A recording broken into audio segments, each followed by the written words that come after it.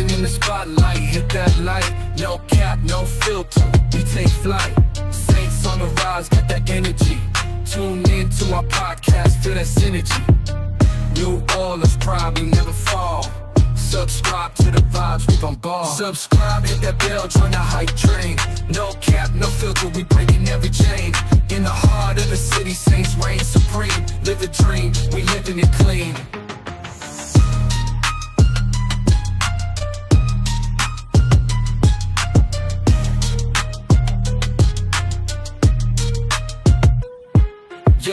Yo, Bean Camaro run that play. Crystal Lava flying, making waves every day. Take some heels, switch it up, always on the go. Cam joining the fans, putting on a show. Doing Mario with time, bringing that heat. Shahid's got the speed, can't accept defeat. Subscribe, hit that bell, join the hype train. No cap, no filter, we breaking every chain. In the heart of the city, Saints reign supreme. Live the dream, we living it clean. So stay tuned, don't miss this ride. With the Saints by side, we take pride.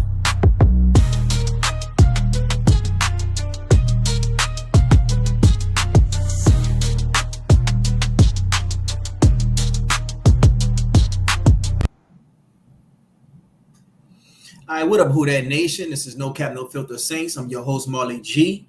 And we got a special guest back on the show, man. My main man, Brian, man. What up, Brian? What's good, fam? We back at it. Back at it again, man. We like the Boosie and Vlad of this YouTube Saints stuff.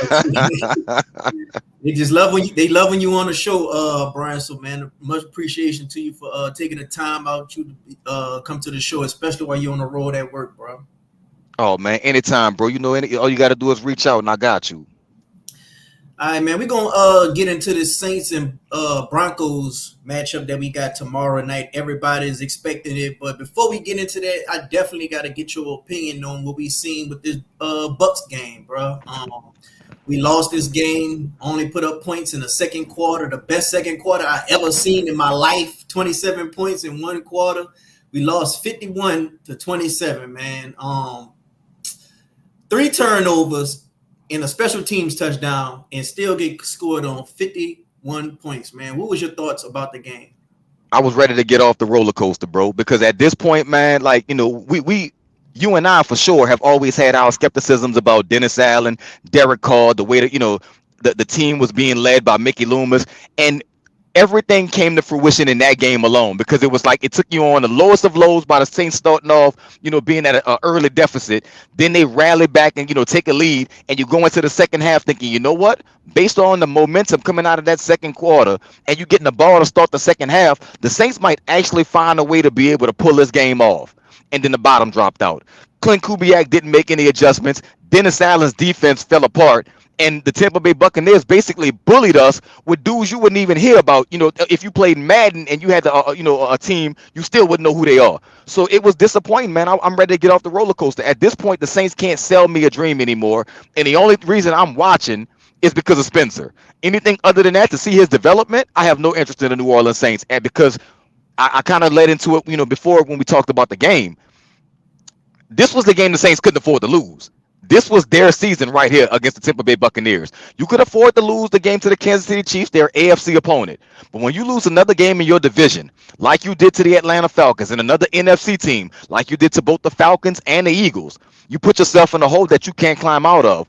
And at this point, we see the results. So what's left for us to be excited about except the idea of Spencer Rattler's development and how that plays out? And by the way, Dennis Allen came out not long, you know, after naming Spencer Rattler the starter and said that once Derek Carr is healthy, he's going back to Derek Carr. So you're basically just sticking your middle finger at the fans saying, man, we don't really care what y'all want.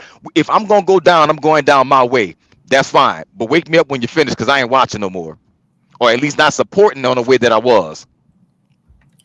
Was it really Clint Kubiak not adjusting in the second half, or was it our offensive lineman wasn't capable of stopping the exotic blitzes that Todd Bowles drawing up in the second half? I think both things can be true, because Todd Bowles definitely turned up the pressure, but it was a very simple concept.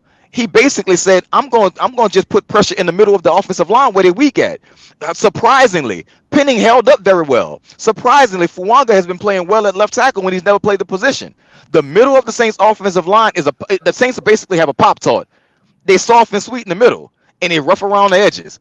So it's exactly what we thought they was. Yes, did Todd Bowles add a little additional pressure? Sure, but to be honest, he was getting a whole lot of pressure with that front four just coming on doing those stunts and dogs and blitzes right up the middle of the Saints offensive line. So I think a part of that, Clint Kubiak could have changed. Why not try to go max protection to see if you could put a fullback and a running back there, give yourself a little bit more time? Why not try to throw a few more screens, some wheel routes, maybe some misdirection stuff to, kind of throw them off guard? It seemed to me like without Taysom Hill in the offense, Clint Kubiak is basically, simplified down to I don't know what to do because I don't have a jack of all trades to kind of open up the offense and show me what the defense is trying to do. The problem with that is that Todd Bowles showed you exactly what he was trying to do. Double A gap pressure, and Clint Kubiak didn't know how to solve it. Elvin Kamara, I love Elvin Kamara, but this game it just seemed like he just wasn't, as locked in. He never really has a history of doing well against the Bucs, and that's even with the Sean Payton days. But we scored 27 points. We came in a half and then came out flat. Do you think the players just flat out quit on Dennis Allen? And if they did quit on Dennis Allen, do you think it was something that happened during halftime? If they quit, then it was definitely this, because no way you go into the second half with that much momentum and then come out flat in the second half the way they did, especially when you get the ball to start the second half.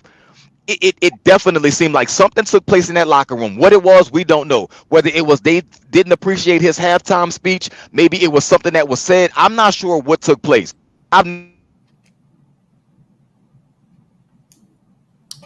You cut out right there, B. You can hear me, Maul? Yeah, I can hear you now. The last part I heard, bad, bro. Last part I heard was you're not sure what took place. Yeah, my bad. I had a call come in, my bad. But I was saying that no way in the world you come off that much of a high going into the second half and then come out that flat in the second half unless something took place in the locker room. Something was said, something was done. Because I would hate to think that your team just basically got bullied like that and nothing took place to bring it on.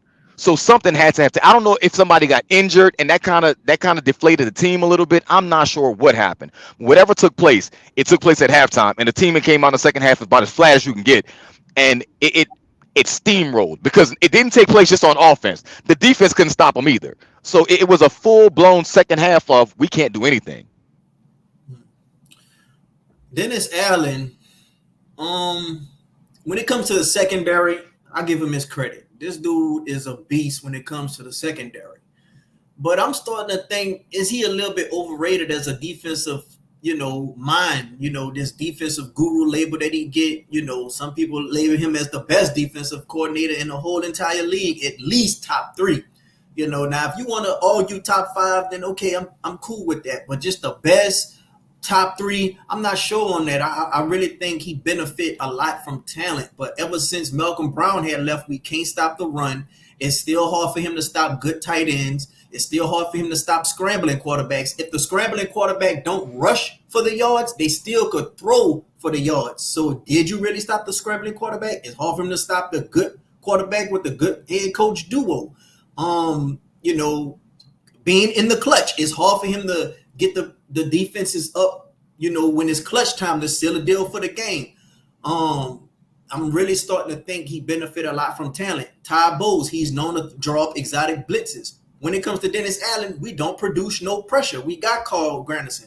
We got Brian Brzee. We got a Chase Young. I don't never see Dennis Allen cooking up different type of exotic blitzes. It's always the same bull rush or it's like a basic stunt.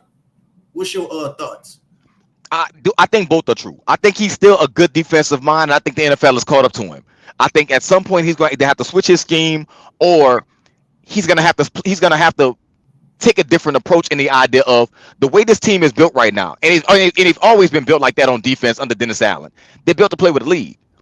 They're not built to be in a dogfight. So they're basically a front runner. If the Saints have a 10-point lead on you, chances are that Dennis Allen, his defense won't give up a game. But if they're in a close ball game, then it's not like his defense is going to win you a game. And it's definitely like if they have a deficit that he has the defense that can kind of be like, you know what, we'll claw our team back in the game if the offense is struggling. That's not who he is. So it's a little bit of both of them. I still think he can coach defense well, but I don't think he can coach it well enough to be able to avoid if he's deficient in talent. So his talent, yes, will definitely make up for a lot of his shortcomings. But as well as I don't think without the talent, he's able to not just, he's still able to put together a good defensive scheme, but you can see the holes in it because the NFL has caught on to it. So that's why I think Sean Payton is going to be at some point of an advantage because he knows where the holes in the defense are. And I think it's going to be easy to poke holes in that strategy. I don't think Dennis Allen can do the opposite to Sean. So I think it's a little bit of both of them. As far as top 5, top 10, I wouldn't even give him that at this point because progressively your defenses have gotten worse. And what's crazy is that it seems as if for some reason Dennis Allen has a slow start to his defense. Like it seems like over the last couple of years, the defense kind of gets whipped throughout the first 8 games of the season. Then towards the second half, they pick it up, and all of a sudden they're good. Well, you don't have the offense to save you anymore. So, I mean, for me, yeah, it's a little bit of both. I think he's a little bit overrated, and I think he's still a good enough mind to get you over as long as he has talent. A lot of people are, throwing out the injury bug excuse. Me, I could legitimately say we are an injured team right now. Right now, I could legitimately say we are an injured team. So I could kind of cut them a little slack right now. As of now, in week 7, we in week 7, right? Yeah. In week 7, I could honestly say we are a legit injured team. I can admit that. But in weeks prior, you should have won the games that you were in so you can have some wiggle room for right now to be able to afford a loss or two until you get better. Right now, Derek Carr is doubtful. So he might could come out and be able to be a go for the Chargers game. We're going to have a mini bye before the Chargers game. So you would only miss Derek Carr for 2 games. So, I just honestly feel like the injury excuse, you can't really use that. Not on me. You could use that on them other fans, but not on me. You should have won let's just say you would have won against Atlanta. Let's just say you would have won against Philly. 2 winnable games. Atlanta was just as hurt as us, and Philly was, in my opinion, more hurt than us. So if you would have won those 2 games, we could have been, 4-2 right now? If we'd have still lost to the Bucks and still lost to the Chiefs, we'd have had wiggle room. What's your stance on the whole injury narrative right now? I think you nailed it. I think you nailed it. I think injuries weren't the reason why they lost to Atlanta, and injuries weren't the reason why they lost to Philadelphia. They lost those games because the Philly game, I believe, that was a close enough game for you to win. Atlanta didn't score a single offensive touchdown, and you still lost that one. So injuries weren't the reason why you lost those 2 games. Bad coaching, and of course, bad play. You lost those games because of the reason, not because you were injured. Like, having a fully healthy squad, it wasn't the reason why you lost. You lost because you were incompetent. You lost because, in a clutch moment in the game, Paulson Adebo gave up, with 40 seconds left, Paulson Adebo gave up a PI call in which he shouldn't have been in the situation anyway because you shouldn't have had him in man coverage when you got 40 seconds left. So, I mean, and knowing Atlanta needed to march down the field, you should have been playing more of a zone thing to where you come up and tackle. That's bad coaching and bad execution. That wasn't injuries. Against the Kansas City Chiefs, injuries weren't the reason why you lost that game because the Chiefs were also injured, majorly injured. That's not why you lost that game. And not to mention that, but the Chiefs toyed around with you. Pat Mahomes was out there doing ballet moves, throwing the ball because he could do that because he wasn't worried about you. No, it's not happening like that. That's not why you lost that game. And you didn't lose the game against the Bucks because of injuries. You might have left the Bucks game injured. So if they lose to Denver, you might be able to say, you know what, injuries caught up to them. But that's not the reason why you lost against the Bucks. You lost against the Bucks because they out physicaled you, they bullied you, and for as much as people want to say, well, it was the injuries. Why did Tampa do the same thing to you last year around the same time? They did the same exact thing to the New Orleans Saints last year, bullied them. So no, it's not the injuries. Injuries will play a factor in at some point, yes. Injuries is not the reason why you lost to the Bucks because you scored 27 unanswered points, I believe, to the against the Buccaneers. Injuries didn't stop you then either.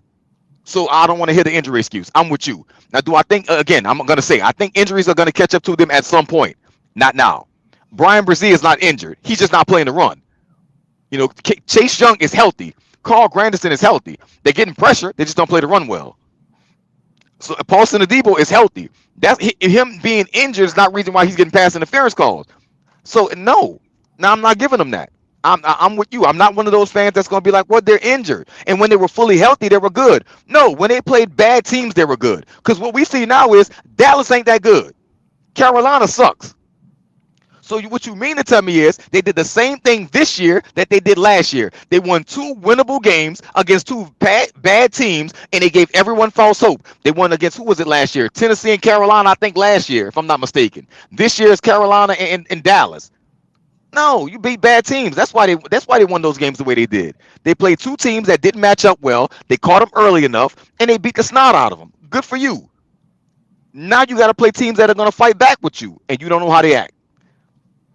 Yeah, man. I kept telling everybody that Dallas went looking funny in the light. Everybody was saying I was crazy.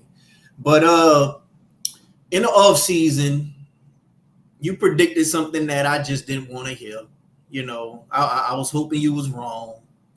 But Mickey Loomis, he went on that damn show, and he was basically backing Dennis Allen. And everybody just kind of prepared for to have Dennis Allen for a 4th season, something that you called before the season started, even if Dennis Allen have a losing season and miss the playoffs.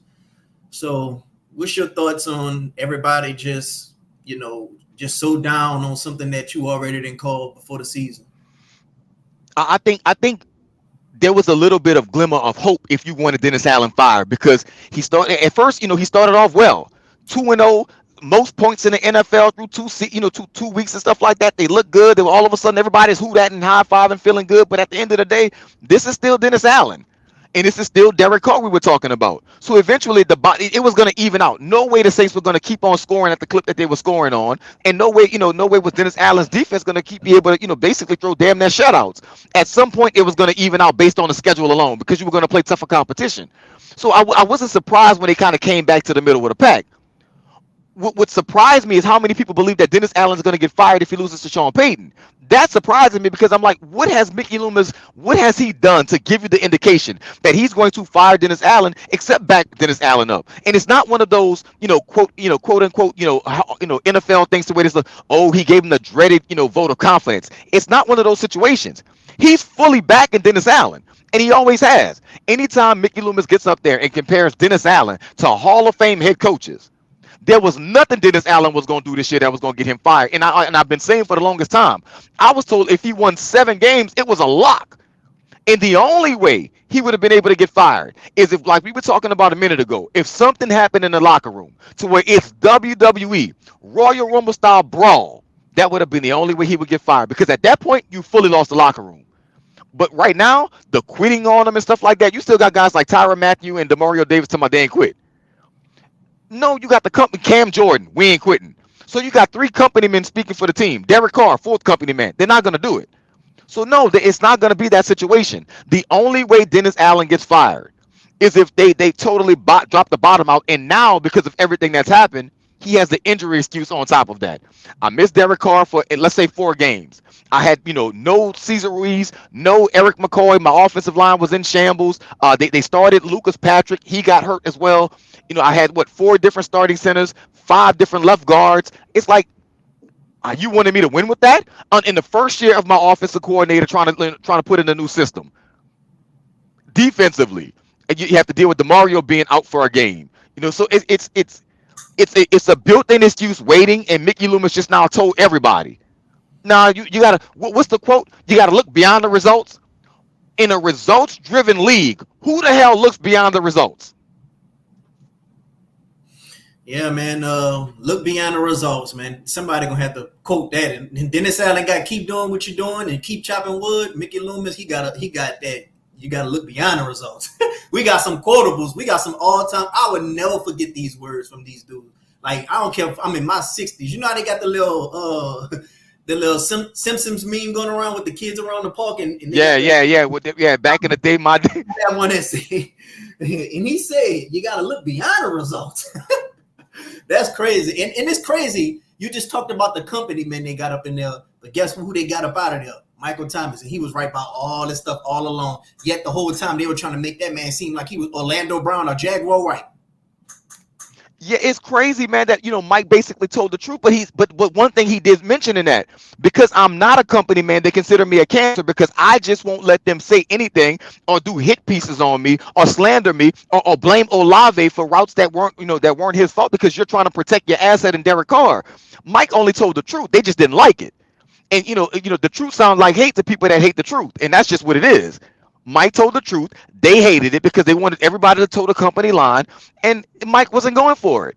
And what I really wish would have happened is, and it's crazy that in different instances other people did the same thing. They just weren't as blunt as Mike was. Because I remember last year Colin Saunders coming out saying, "Man, we didn't even have a game plan for these guys." Like, it was a flawed game. I remember Colin Saunders saying that. I remember other guys on the team basically coming out being like, "Yeah, we didn't really have that one." So it's not like Mike was the only one. He just was the most vocal. So yeah, I'm fully aware that Dennis Allen was gonna stay. It's gonna be this situation, and Mickey Loomis is gonna back him at all costs because Mickey can't afford to tell everybody I got it wrong with Dennis Allen. He can't. Not right now. You give Dennis Allen this year, he's going to have injuries. You give him next year, he doesn't win. Now you can justify his 4-year contract by saying, I gave him 4 years to get it together. I gave him an injury year. I gave him time to build it. I gave him a new coordinator on offense and defense. I let him build his team. He couldn't get it done. What he's going to use right now is Sean had 3 back-to-back 7-9 seasons. Had I fired Sean when he was struggling, you guys wouldn't have won a Super Bowl, or you wouldn't have did this, or you wouldn't have did that. People forget that Sean won out the gate his first year and went to the NFC Championship game. So I think that bought Sean time to build his team. Yeah, man. I think they got the built-in injury excuse. I wouldn't hear nobody talk about the age of the players. I wouldn't hear nobody talk about the draft picks and all that until now. But now, when we was 2-0, I ain't heard none of that. But now they trying to bring up the age of the players. They trying to bring up the drafting and all that. I ain't heard none of that when we was 2-0. But now that the injury brother excuse been ran into the ground, they trying to come up with any other new type of defense mechanism for Dennis Allen. But we're gonna have to get to this Broncos game soon. But last thing before we get to this Broncos game, what's your thoughts on Spence Rattler? A lot of people like what they seen from him, and of course they got the Kardashian people. They're gonna compare an 11-year vet to a rookie, saying, "Oh, you see, throwing them picks. He threw 2 picks. I don't care what nobody talking about. He ain't just go up there and light it up. That was the defense. That was the special teams." Man, what's your thoughts on this whole quarterback controversy, and your thoughts on just Spencer Rattler play in his first NFL debut? Man, I honestly thought he did well. I thought, because when you really consider what he had to work with, that was putting him in a bad spot, man. I mean, it was crazy. It was like you got this rookie who loses his wide receiver 1 within the first minutes of the game. Everybody's going in and out. The offense is struggling, but at some point he caught fire. So I mean, it's kind of hard to look at him and say, you know what, he was terrible. Now, was there some throws that he missed? Absolutely. Were there some throws and it's like, you know what, there's absolutely no excuse for you making that throw? No doubt. But he's a rookie. I expect that. For you to compare his efforts to that of an 11-year vet, it's absolutely insane. Like, why would you even think you could do that? A rookie in his first start against a division opponent who's playing for a hell of a lot more than just football at that point. No, Todd Bowles outcoached Dennis Allen and Clint Kubiak, and they deserve to get the W, but I don't think that has any bearing on how Spencer played. I thought he played well for a rookie, and if you compare him to some of the other rookies that were out there that have been starting from day one and knew exactly what it was, I think he did fairly well. If I had to give it, I'd say he's a solid C, maybe a C+, when you consider everything that took place around him. I think, you got to kind of be easy, and I think this game would dictate a lot. Because if he goes out there and he makes some of those same mistakes, okay, now we're starting to see it's a bit of a pattern. But I thought he played well in the midst of a chaotic situation. Is it too early to say, oh, yeah, man, if we end up with a top 10 pick, we need to start looking at quarterbacks? Or do you feel like you still need to see more out of Spence? I think after 1 week, you definitely give him the benefit of the doubt of saying, let's see it again. Let's see it for a couple of weeks. If Derek Carr doesn't come back against the Chargers, then I would say let's see him against, we saw him against a division opponent in Tampa. I thought he played, I think he played decent. You see him again against an opponent, like Sean Payton, who, Denver has a really good defense. and he has to keep up scoring wise. So I mean, I don't think he's any worse than what we've seen from Bo Nix at this point. Like if I still had to choose, I'm picking Spencer Rattler over Bo Nix based on what I've seen so far. So no, I think you give him some time. I think it's way too early to say, what, to hell with it, scrap this experiment. It's all over with. Let's go with let's go with the let's go with a rookie quarterback next year if we're in line for a top 10 pick. I think it's way too early for that as of right now. I don't even think you got a chance to really see what Spencer Rattler can do at this point. All right, let's go ahead on and get into this matchup tomorrow, man. The matchup tomorrow, bro, everybody's waiting on this game. The Saints are saying, well, you're all black. They wearing the throwback uniforms. We got Sean Payton and company coming to town. We got A.T. Perry, Will Lutz. We got Lil Jordan. We got Adam the Fishman. We got Lucas Crow coming back. A lot of people are expecting Sean to be petty if he catch a lead. What do you feel like this game is going to come down to, and what's your prediction? I think it's going to come down to whether or not Spencer Rattler can handle the pressure of the Denver defense. Because, I mean, now that the blueprint is out on what's the Saints' Achilles heel, man, and it's not even a Spencer Rattler thing. It's strictly going to be a offensive line thing in this situation. And I'm not giving him a benefit that I wouldn't have gave Derek Carr, because if Derek Carr was getting pressure up the middle like this, he wouldn't be able to do much either, even though he's an 11-year veteran. I mean, at this point, it really does come down to, can the Saints stop the Denver defense? If they can, and they can weather that storm and maybe run the ball to take a little pressure off of Spencer, now you got yourself a ball game. If they can't, it's going to be a long day, because again, the Saints are not built to come back. They did it, against Tampa, but let's say they kind of, blew their wad, if you want to call it that, man. Like they gave their entire energy and effort just coming back from 21 down, which is probably why in the second half is a good reason why they possibly came out flat. You expended all your energy trying to catch up, and then you had nothing left in the second half to go for it. So I think, at this point, man, give them a second. Let's see what happens or whatever like that, man. But I think against Denver, you better be able to slow down that pass rush. Otherwise, it's going to be, another 21-point deficit early in that game. What's your prediction? I'm picking Denver, man. I'm picking Sean Payton to roll in, because, again, I think the advantage that Denver has over many other teams is there's nobody, absolutely nobody, that knows Dennis Allen's defense better than Sean Payton. And now that there's film out on it, I don't care how you changed it. Everybody has tendencies. Sean knows Dennis Allen's tendencies, and he knows on 3rd down and 13 what he likes to do, because he spent all of that time with him. On the flip side of that, Dennis Allen also knows what Sean Payton likes to do. But if you're going to ask me who I think going to win a chess match or a coaching matchup between Dennis Allen and Sean Payton, I think we all know the answer to that. I honestly think the Saints going to win, man. I think the Saints going to win this game, bro. Now, I ain't going to lie. Everybody know why I stand. I want the nail in the coffin. I want Sean Payton to pull them panties to the side and get real freaky in there like Uncle Elroy. That's what I want. I don't care what nobody say. Like, you call me a fake fan or you want. I honestly believe, genuinely in my heart, is for the betterment of the team. That's what I think. But I think we're going to win this game, dog. I think it's more players on the Saints roster than the Denver roster that's going to have that competitive advantage and nature in them that just going to want to beat coach. They going to want to beat their old coach. It's kind of like the student beating the sensei. It's that competitive factor that's going to be in a Cam Jordan that I think you might see the best Cam Jordan all season. You might see the best DeMario Davis all season. And we lost B. We're going to get him back. But let me go back to what I was saying, man. You might see the best Cam Jordan you seen all season. You might see the best DeMario Davis you've seen all season. Might see the best Taysom Hill not going to play. It's going to be hard for Alvin Kamara to get going against this defense, because they do play to run hard. But as far as the defense go, I feel like you're going to see a lot of these guys play their heart out to try to beat Sean Payton, And even with the offense, it ain't a lot of too many offensive members on that offensive side of the ball that's going to really just try to beat Sean Payton like that. Like, the only guys I can think of is probably Jawan Johnson.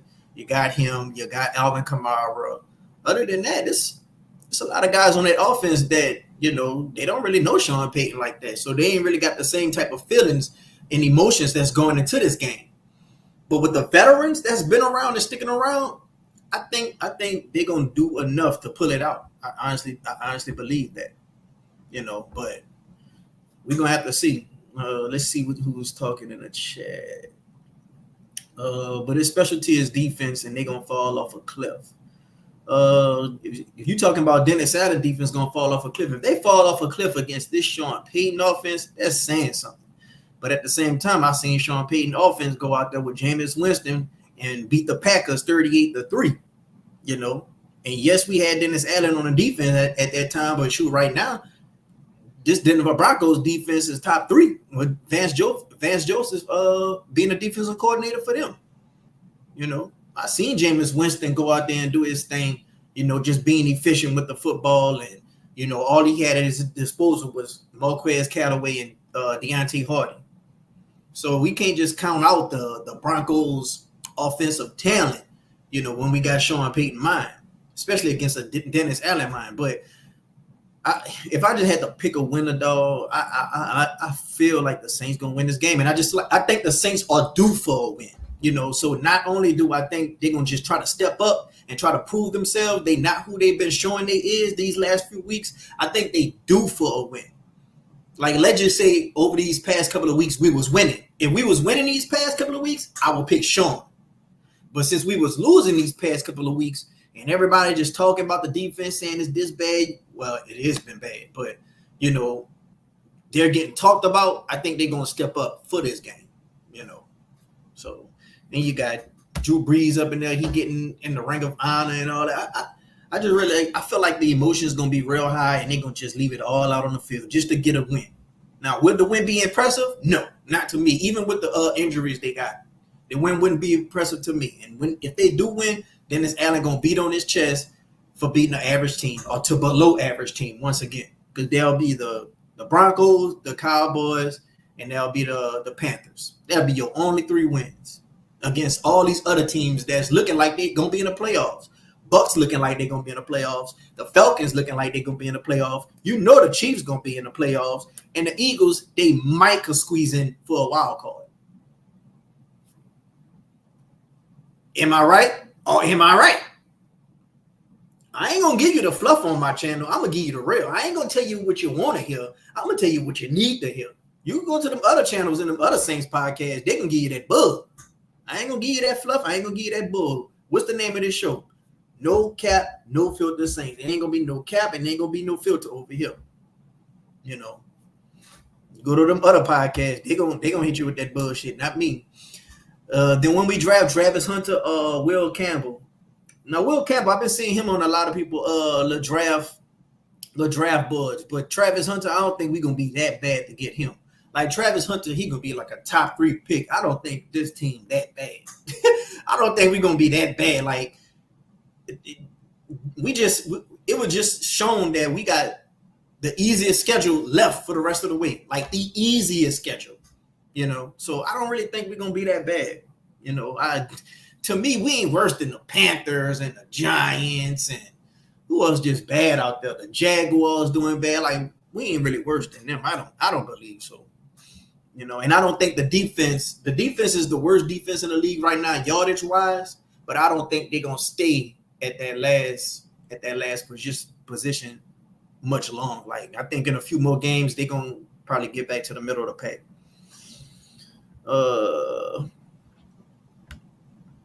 Let me see, man. We got Kofi said, if we lose tomorrow, what's going to be the excuse? You already know the built-in excuse is the injuries. The built-in excuse is the injuries. But what they're not going to tell you is the defense is relatively healthy. They're going to have damn near everybody out there that is important on the defense. You know, everybody out there that is important is on the defense. Colin Sanders, I think they trying to see if he's going to play or not. But me personally, I feel like Colin Sanders, he's still going to play. You know, and even if he don't play, I don't think he's that important.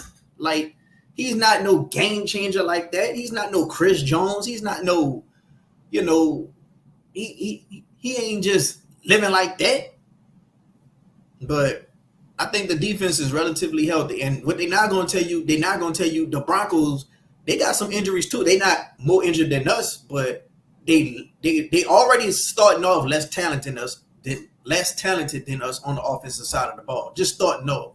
But then they got some injuries too. They got their center injured. They got their tackle injured. They leading tackle They leading tackler the last 2 years, he's injured.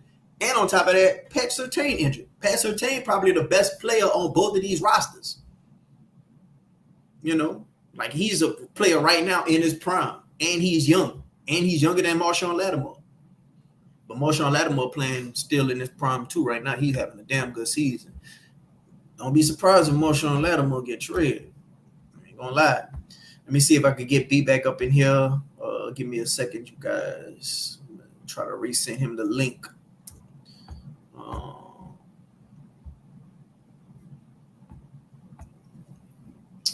right, you guys. I'm about to try to get B back up in here. Give me a second.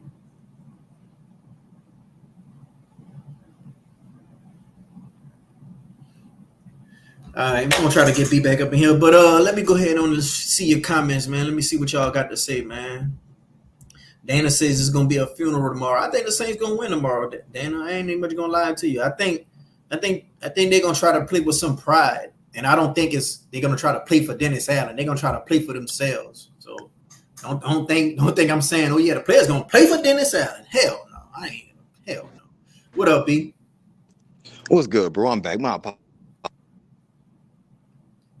Yeah, you had just cut out just now. Yeah. I had a phone call came through. It cut me clean out, bro. When I answered it. All right. What we last was talking about? Oh yeah, we was last talking about the who I think matchup. Yeah, I think the you Saints. Telling me how you thought the.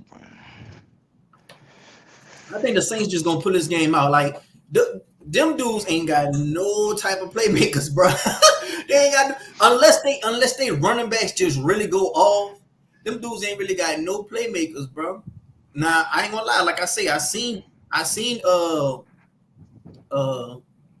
Sean Payton go out there with Jameis Winston, Marquez Callaway, Deontay Hardy, and go turn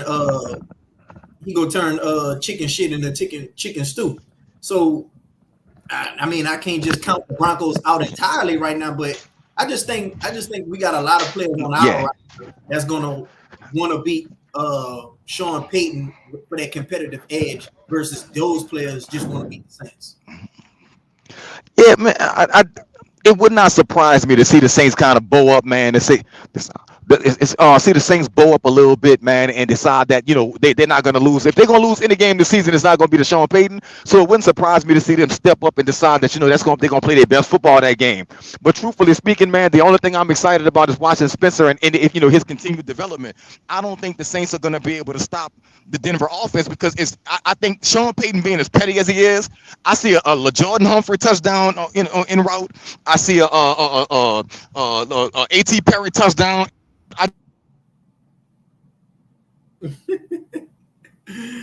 Sean Payton, let's see.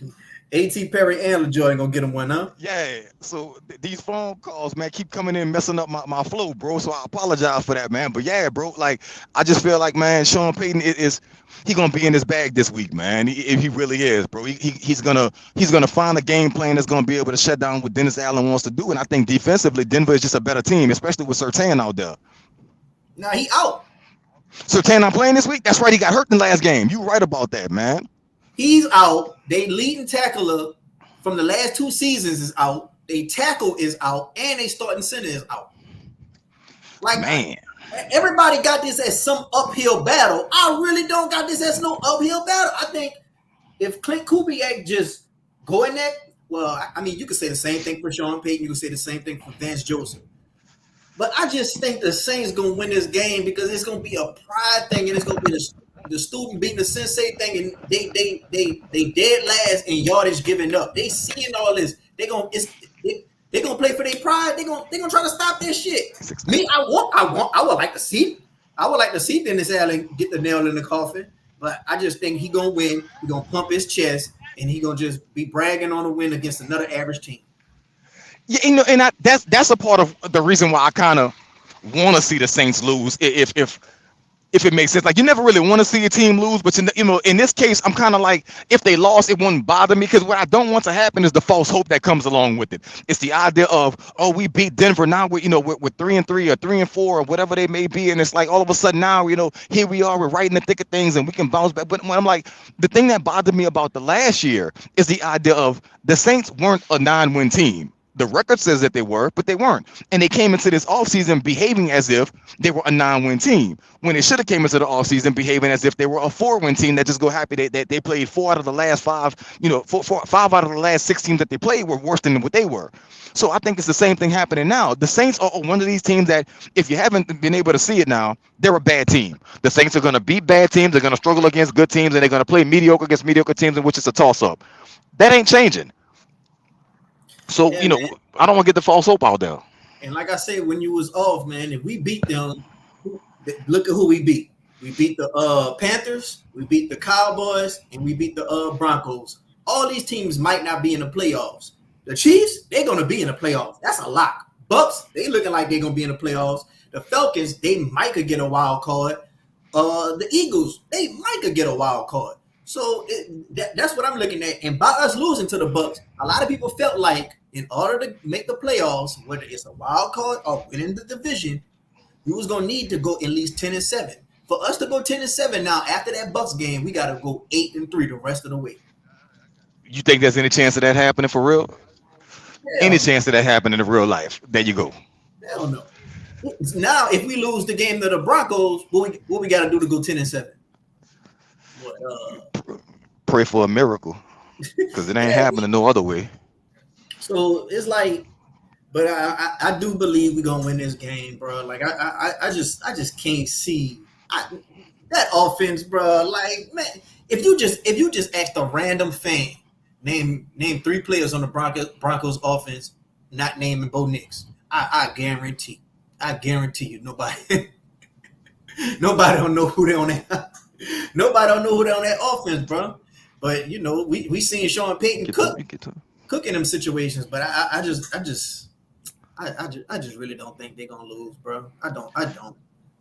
I mean, a part of me feels like I hope not, man, and a part of me wants to see it, because I mean, I would love to see the 5-game losing streak and how that gets explained. Yeah. I mean, right now we got look beyond the results. I can't wait till the next quote come out. After look beyond the results, if you're on a 5-game losing streak. Right now we got 22 people up in here watching. If you like the content with me and Brian, go ahead on and hit the like button to help out the channel. If you're not subscribing, you listening, go ahead on and subscribe to the kid. And if you got a question, go ahead on and put your question down in the comment section, and we're gonna get to it as soon as possible. If you got a question for Brian, put your question down for Brian, and he'll get to it as soon as possible. And like he said, he a guy that hits stuff time to time. So if you got any questions about the team, go ahead on and put it down in the chat below, and I'm gonna get to it as soon as possible. Yeah. You kind of cut out a little bit more. What you say just now, fam? Oh, I was telling the people put their questions down. In the chat. Yeah. For you. Yeah. Yes. So, yeah, man. Let me see. We got Dana says the Falcons got the Seahawks. The Bucks again, the Cowboys, the Vikings, the Chargers, they can very well end up like us. Well, yeah, Dana, that's why we say we got the easiest schedule. We got the easiest schedule the rest of the way right now. And it's crazy. Dennis Allen just get all these these little easy things going for him. He just can't take advantage. Now, I will say we are injured right now, but a lot of these guys, they go come back. Nobody's injured for the season. Like, a lot of these guys coming back. We got he's gonna miss some weeks, but it's not season injury. I mean, it's not season ending. Well, I ain't gonna lie. Depending on the surgery, dude might be season injury. I ain't gonna lie. But here's the crazy thing, though. You can't really say that the Saints, have the advantage against any of those teams, because the Saints are a bad team themselves. So it's like you can't look at other bad teams and be like, well, they're a bad team, we should win. Not when you're a bad team, you can't do that. I ain't gonna lie. I looked at the schedule and I said, man, all the teams that I really say, okay, I really think the Saints could win this one without just being a real tough matchup, a tough game for me. I thought it was the Panthers, the Giants, and maybe the Browns. But other than that, all these games look hard. You got the Bucks again, you got the Falcons again, you got the Rams. They should get Puka Nacua and Cooper Kupp by the time we play them. Even the Browns game, they got a good defense, and they match up good with us. They ain't got Amari Cooper no more, but they got Nick Chubb. He gonna run the ball. They got that good tight end. We can't stop tight ends and good running back. They got 2 good ones. Who else? We got the Commanders. I didn't think the Commanders was gonna be looking like this before the season started. So we got some tough games. Like it's a lot of games that I really feel like it's either gonna be tough or I just think we're gonna lose. My bad, Mark. Say it again, family. Oh, I was just saying, I think the matchups that we got the rest of the way is either gonna be a tough matchup, or I kind of just got the Saints losing. Like the only games I really see us winning the rest of the way, like if I just had to pick a winner, is the Panthers game, the Giants game. I think it's like one more game. I think it's the Browns, but even the Browns they match up well versus us. I think I told you this before the season started, man. I say that the Browns are playing Jameis Winston. I fear that game. If the Browns are playing Deshaun Watson, I feel like that's advantage Saints. And as of right now, they haven't found a way to bench Deshaun Watson. So what I think internally they're doing is they're praying for an injury to take place. And I know it sounds crazy because they want him gone, but I mean, I think at this point they want some reason to justify being able to start Jameis, and they can't do that as long as Deshaun is healthy. If he tweaks an ankle, if that boy gets a hangnail, they benching him. But as of right now, they can't, and because they can't, it's going to be a long day for the Browns if they play the Saints. I'll give the Saints the advantage in that one. Do I think the Saints are going to go 0-4 for the rest of the season? Absolutely not. But do I think the Saints are the better team in a lot of these games that we're looking at? No, they just so happen to be better. Like the Saints are a better team than the Browns. I don't know if they're a better team than the Chargers. And that's the thing. So if the Saints are 2-3 and the Chargers are 2-3, I take the Chargers because I believe in them more than I believe in the Saints. Even though the Saints are my team, I follow them religiously. It's just that I'm also a realist. I take in a coaching matchup, I'm taking Jim Harbaugh over Dennis Allen. And J.K. Dobbins is running that ball this season, boy. He running that ball. He was never this healthy for the Ravens. Now watch, probably just so happened before we play them, he gonna get injured. But yeah, man, we got 28 people up in here. If you got a question, go ahead on and put your question down in the comment section. We're gonna get to it as soon as possible. If you got a question for Brian, he's a dude that's he hears stuff from time to time. So if you got a question for the Saints, go ahead on and put it down in the comment section below. We got 504 with the first question. He says, B, do we bring in another wide receiver or O-lineman before the trade deadline? If so, who? I think so, but I don't think it's going to be somebody they necessarily have to trade for. I seen recently that Terrace Marshall got released. I know Sean Payton wanted him at one time. They just recently brought in another wide receiver, so I think the wide receiver position will be one to where if there's somebody of note that's available, they're going after him. But I don't think they can afford to give up the draft capital. Even if they draft poorly, I don't think they're giving up a third or a fourth round pick to go get a wide receiver or a tight end or something like that to kind of bring in another pass catcher. I don't see it happening like that. But as far as offensive linemen, I think that might be something that they look into only if there's another injury there. I think the way the Saints are looking at it is we just need to buy our time. To be truthful, Dennis Allen, Mickey Loomis, and the rest of them are probably sticking their chest out because they're like, if it's for everything that's gone wrong this year, if we beat Denver, we're still a 500 team. So if we just hover around 500 until Eric McCoy and Cesar Ruiz and some of these guys get healthy and Alvin Kamara's ribs heal and Taysom Hill is back, if they can just parlay this until everybody gets healthy, they believe once everybody's healthy they'll take off. That's their belief. My belief is that even if you're a healthy team, you're only going to beat the bad teams. You better pray that you're the better of the bad teams when you play them. So do I think they'll bring in an offensive lineman? I think they'll look into it. I don't think they're going to make a trade for one. I think wide receiver wise, free agent market is where it's at. If you see a team cut a wide receiver and it's a decent guy, chances are the Saints will probably look into it. Yeah, man. And when it comes to stringing along wins, Dennis Allen never won more than 3 games. So in the playoffs, you got to win 3 games to 4 games. And are you confident in Dennis Allen winning 3 to 4 games versus nothing but the good teams to win a Super Bowl? I'm not. But we got Wallace Smith with another question. Do we still have that rookie running back on the practice squad, Kobe Cody? You know what? I'm gonna look into that. I don't remember if he's there because they just started playing Jordan Mims. So I want to say I think he's still on the practice squad, but I'm gonna look into it. In fact, I got my other phone. Let me check into it now, man. So give me a moment. I'll let y'all know. But I would like to say that he's still on the practice squad. Yeah, man. If y'all got any questions, go ahead on and put it down in the comment section below. I'm gonna get it to it as soon as possible, right? In order too. So However, y'all question coming down in the comment section, that's how it's gonna get answered in order. So if y'all got any questions for B, go ahead on and put it down in the comment section right now. And if y'all liking the content, go ahead on and hit the like button. If y'all not subscribed, go ahead on and subscribe and help out the channel. Uh, what should we expect from Kendrick? One smoke. I mean, hopefully that he can play through a full game without getting hurt, because that's about all you can expect from him right now. Like, Kendrick has never really shown the ability to stay healthy. So I'm not going to say that he's going to go out there, have 100 yards catching, 100 yards receiving. I can't even say he's going to get 100 yards total. But what I think he brings to the table is the idea of now you can spell Elvin a bit instead of having to worry about rushing him. But I mean, when you look at it, the Saints are not really playing anybody else but Alvin. I think the Saints are more or less waiting on Taysom. Taysom is the linchpin to the entire offense. So do I think Kendra is going to go out there and all of a sudden make people be like, oh, look, we got a replacement for Alvin? No. But do I think he's going to be an added element to say, you know what, now because Alvin has the bruised ribs or the broken ribs, we don't have to play him, 40 snaps a game or something like that. Now we can bring it down to back to 20, 25 snaps, and we can kind of see what he does. Yeah, man, boy, Kendrick, boy. Every time we do this little question thing, boy, everybody put Kendrick question in there. But if y'all got any questions, put it in the comment section below. We're gonna get to it as soon as possible. If y'all got any questions for B, go ahead on and put it down below. I ain't gonna keep him on the show too much longer. He's at work right now, so get all y'all questions out before I let him go.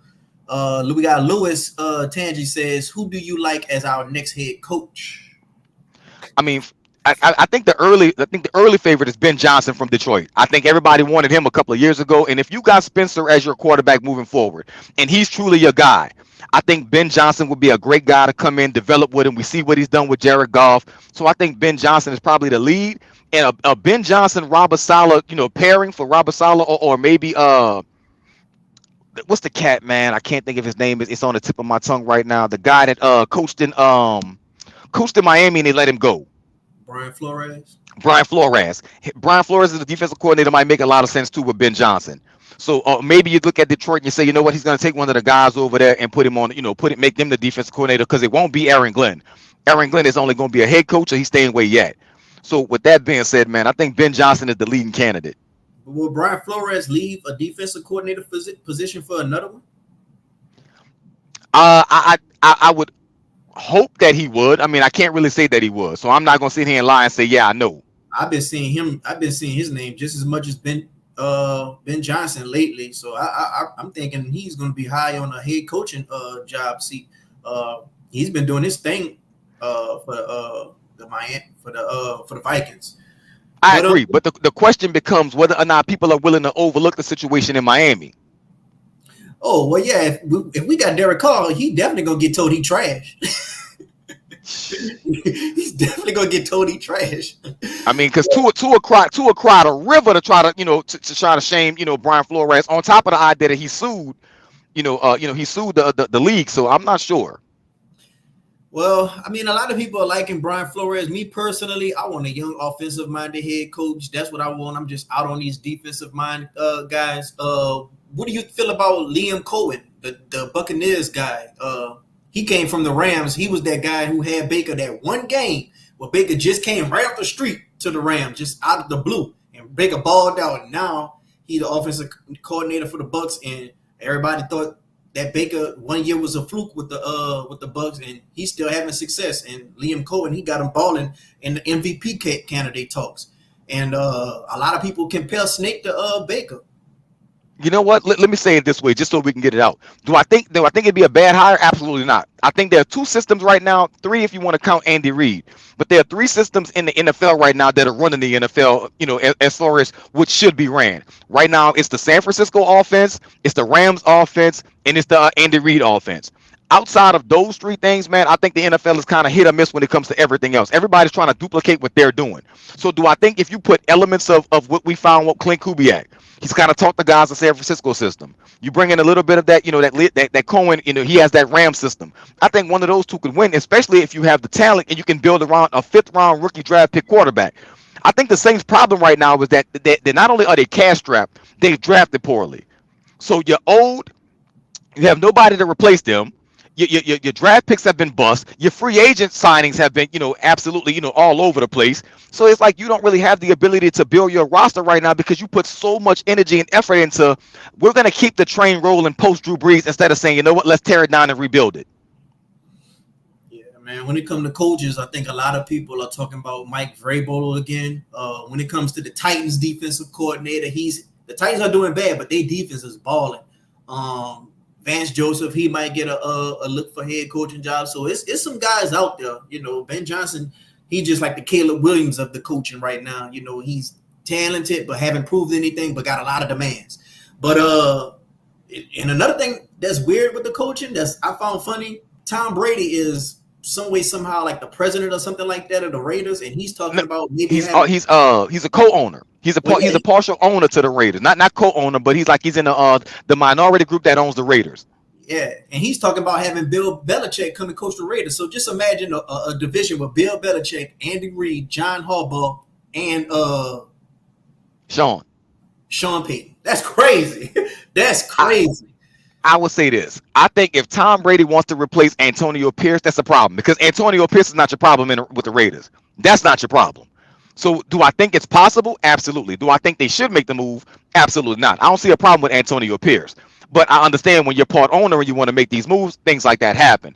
I would say as far as the Saints are concerned when it comes to coaching, I think a move needs to be made, and not just for the sake of making a move, but because I think at this point we know who Dennis Allen is, much like we know who Derek Carr is. We know what they are. We know what they do. Dennis Allen is not a head coach. Find defensive coordinator. If you want to say he's top 15, fine. Because truthfully, if you're a top 15 defensive coordinator, if you get paired with the right offensive, guy, you're good. If Dennis Allen was with Kyle Shanahan, we're probably talking about the San Francisco 49ers being a dynasty all over again. But that's not the case. Dennis Allen is in charge. And I think that's the problem. So I think in order for things to change, that has to change. And another thing that has to change is Mickey Loomis got to humble himself. He has to get to the point to where he understands that the pissing contest he has with Sean Payton is over with now. That you lost that one.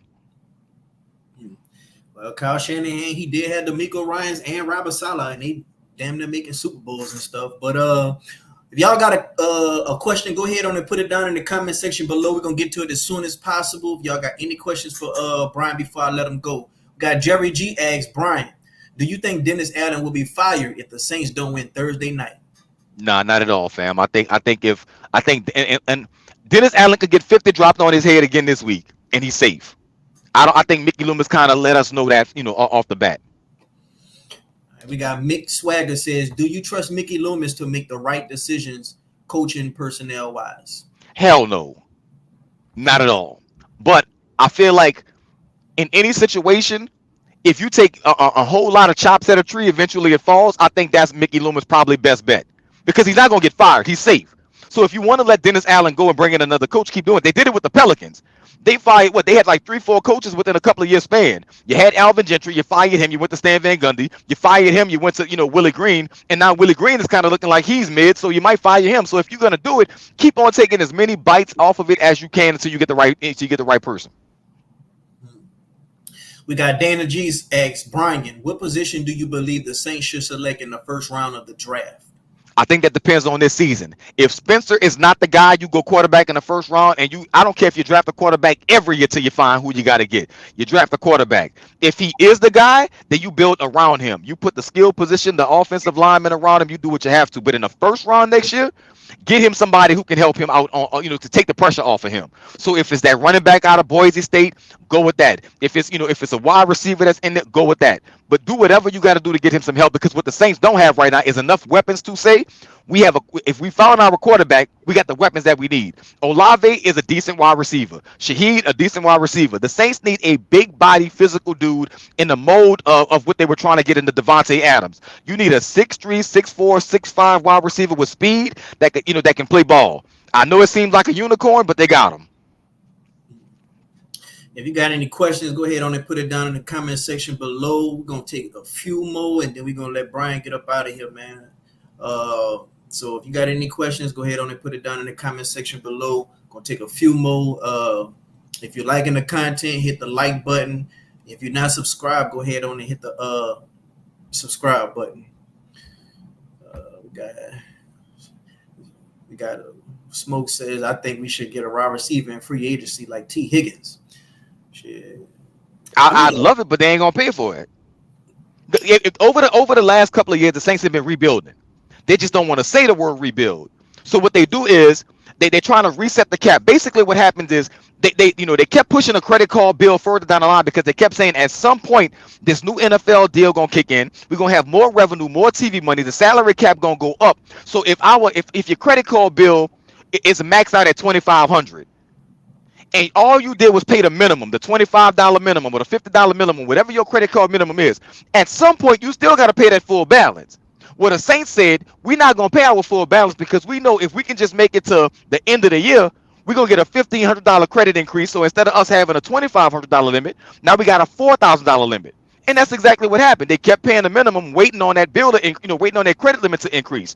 So at some point, they said, you know what, in order for us to maintain, we're not going to spend up here. We're going to spend down here. And when they're spending low, that's when you have the contracts like, you sign Chase Young to a 1-year deal. You sign DeMario Davis to an extension, but it's a low ball extension. You sign, some of these players that they're getting, the Lucas Patricks of the world. You sign players like that because you're not trying to go out there and get you a T. Higgins. Brian, you watch a lot of wrestling, I'm a big wrestling head, fam. I ain't going to even lie, bro. Yeah, you watch a lot of wrestling, and it's entertainment. With the way the world is right now, with all the sports betting and all this and all that, and you see a lot of games, it come down, and it's a lot of these games kind of happen similar to what they predicted in Vegas with the sports betting. Do you think it's by chance that the NFL rigged?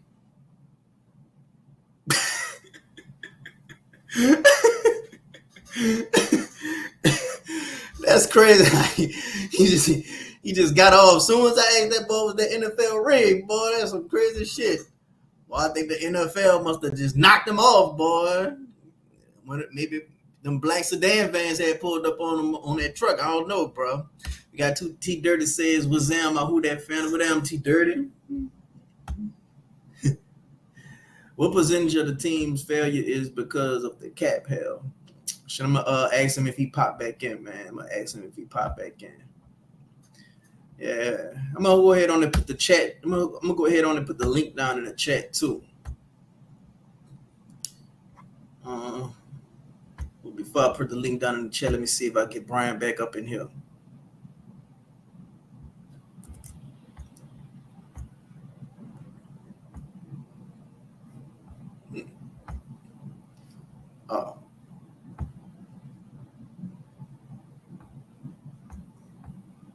All right. I just tried to see if I get Brian back up in here, guys. Let me see. Because that's so crazy how as soon as I asked that question, boy, I don't know, maybe the higher ups was listening in on the channel when they just said, oh, hell no. Let me see. Hey, if the Saints are sellers at the trade line, who might get traded? Man, I think they might trade. They might see what they could get for Chase Young. Sean is healthy and he's balling right now. Don't be surprised if Sean get traded. We've been already hearing little rumors of him having being at odds with Dennis Allen. I don't think when nobody want Alvin Kamara right now at his age and what's going on with his injuries and stuff. So I don't think we'll trade him. I think the only person that we could trade right now is probably Adebo, Chase Young, Marshawn Lattimore. That's probably it. I'm sure a lot of y'all follow TJ Jones. He has said he wouldn't mind trading Olave. So it's a lot of people coming up with a lot of different scenarios that they think might be what's best for the team. Seems like the NFL is making sure the Saints don't want us to win in our own backyard. Too many injuries, no changes made. Hey man, that was my first theory with my tinfoil hat. I had my tinfoil hat, T Dirty, and that was one of my first little theories. I said, well, the Saints are playing in the Super Bowl in their own house. The Rams, they had the Super Bowl in their own house, and they went. They won. The Bucks, they had the Super Bowl in their own house. They went. They won. The Saints, they playing in the Super Bowl at their own house. They up 2-0. They putting 40 points on people. They stopping people on defense. Maybe the NFL said, oh, hell no, we can't have this. And maybe they start to put the higher up people and tell the medical staff people, make sure he's out for this game. Make sure he's a no-go for this game. You get that back to the Saints front office. That was my tinfoil hat. But that's if you're an optimistic fan. If you're a fan like me, my other tinfoil hat was, okay, we're going to try to build up a lot of excuses for Dennis Allen. This stuff is going off the rails. Clint Kubiak, he can't operate without Eric McCoy and Taysom Hill. It's too hard for him. Dennis Allen, he can't stop the run. So tell the medical team that these guys can't go. Because our medical team be thicker than Yellow Pages. So is it just me or is it a conspiracy? Why our injury report be looking like this? It can't just be bad luck. I think they telling them people to do that. You know, that's my tinfoil hat. Now, is either the first one, they don't want us to win in our house, if you're the optimistic fan, or if you're not the optimistic fan, you anti-Dennis Allen, they trying to cover Dennis Allen ass. And they trying to have a built-in excuse for him with the injury bug. That's just my opinion. Now, some of these guys, I legit think they hurt. McCoy, legit think he hurt. Olave not playing this game is just a concussion protocol. You know, but some of these other players, I feel like they could go if they wanted to go. If they wanted them to go, they could go. If there was a playoff game, they'll be playing. That's just me. I don't care what nobody say.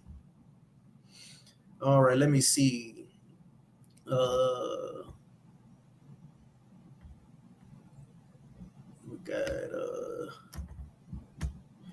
We got I was on your pregame live for the Bucs game. I thought Rattler was going to get us the win.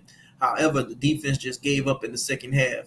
Yeah, Justin, you the guy who was saying, yeah, man, I just feel a win, man. I just feel a win. And you was feeling that because you was a fan. When you was a fan, you're going to just – logic is a fan's worst enemy, you know. So you just going to throw out all the logic and you just going to go what you feel. You know, now they did put up them 27 points in the second half. I never seen that like that before in my life. Three picks, a punt return in the second half, a couple of touchdowns. That was one of the best second halves I ever seen performed by a football team. You put up damn near 30 in one quarter. So, you know, it almost happened, but it's still, well, not in the second half, but in the second quarter. But yeah, it still was a whole second half to be played. You know, football come down to 4 quarters. I feel like the team's failure is a gradual thing, beginning with not being able to resign players like Hendrickson. Every year we settle in for less quality players. Well, that goes to the cap situation. You know, like that's the bad side of kicking the can down the road. The good side of kicking the can down the road is you trying to be competitive. You're trying to be competitive. You know, you're trying to hold on to as many players as you can. But the bad side is when some of these players are due for a contract, you ain't gonna be able to afford them. You know, so when we have a player like when we got a player like T-Rex, he goes to the Bengals, played out his contract. We can't afford him. We got a player like Williams, Marcus Williams. He went to the Baltimore Ravens. Can't afford him. So, you know, that's going to be the bad side. We're going to have to let guys walk. T Dirty said, that's what I was thinking, because there was no way we getting this many injuries this year. No damn way. Yeah, something going on with all these injuries. Got to be a league high. It did cross my mind about the injuries. Well, yeah, man. If you think this is an injured team, Sean Payton 2021 campaign, I'd like to have a word. Because he was dealing with not only injuries, but he was dealing with COVID too. Now, that's a motherfucker. Just imagine you got a player that's a starter on your team, multiple players that starters on your team, not injured at all, but can't play because of COVID. Y'all remember the Dolphins game? Y'all remember Ian Book going out there? We literally had offensive linemen off the street from the day before. Like, that was crazy. I'm going to go ahead on and put the link down in the chat for anybody who want to come in to come share your thoughts on this game that we got versus the Broncos, man. The link is down in the chat right now, man. Come in and come talk with your boy, man. What y'all want to talk about, man? I know y'all got a lot of stuff that y'all want to say. Y'all heard Mickey Loomis. He said, man, don't look at the results. Look past the results. You know, good organizations, they don't find out. They don't look at the problem. They find out what's the reason for the problem. I can tell you what the reason for the problem. The reason is Dennis Allen ass. Y'all seen that SpongeBob meme where he looking at the thing and he was like wanted, and the person that was wanted was him, and it was on the pole. That's goddamn Dennis Allen. That's the problem. We was playing with cafeteria workers and janitors at that Miami game, man. We wouldn't just playing with them. We was playing with the hot dog man.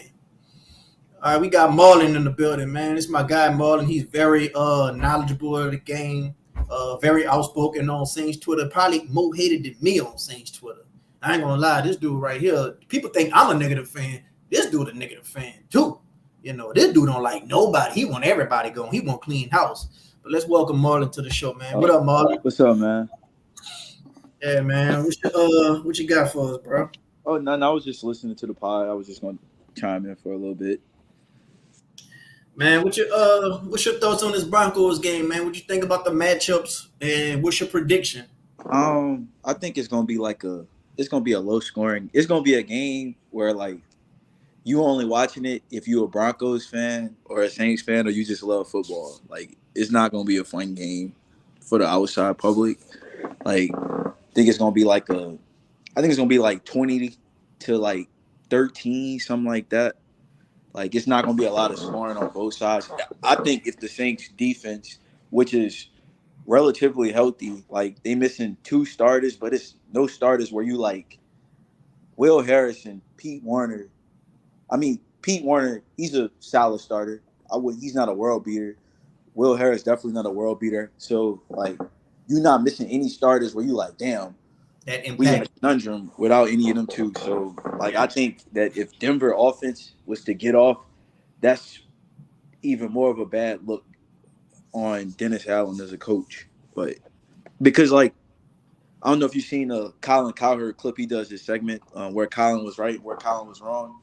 And he did a segment, and he was like, if you're a head coach, especially a defensive coach, if you can't get your side of the ball right, then you have issues. And, like, Dennis Allen's side of the ball not right. Even with the team having injuries offensively, like, his side of the ball not right. So if his side of the ball not right, and we seen he was supposed to be like he was hired as a head coach for continuity, but now we 3 years in and his side of the ball not right. Like, me personally, I don't think he's gonna be the head coach next year. I think he'll get fired, but I think it's just a front on, like, he just publicly supporting Dennis Allen, but I don't think he's gonna be there. Man, you know what I think about this game? We all had our conspiracy theories. This is what I think. We about to really find out if the refs in the league hate Sean Payton or they just hate the Saints. Because there's going to be a lot of laundry thrown on the field this game. It's going to be a lot of laundry. Mind you, both offense, they just not efficient like that. So I really see a lot of laundry thrown around this game. But if you got Sean Payton in the dome and you got the Saints, man, just imagine all them flags. We thought the Buccaneers game was a lot of flags. God damn, boy, this game going to have a lot of flags. Like, that's going to be crazy. But it's going to be fun to watch Bo Nix and Spence Rattler running around. Like, yeah. I believe that's going to be fun now. I would have loved to have seen Olave and Patrick Surtain out there.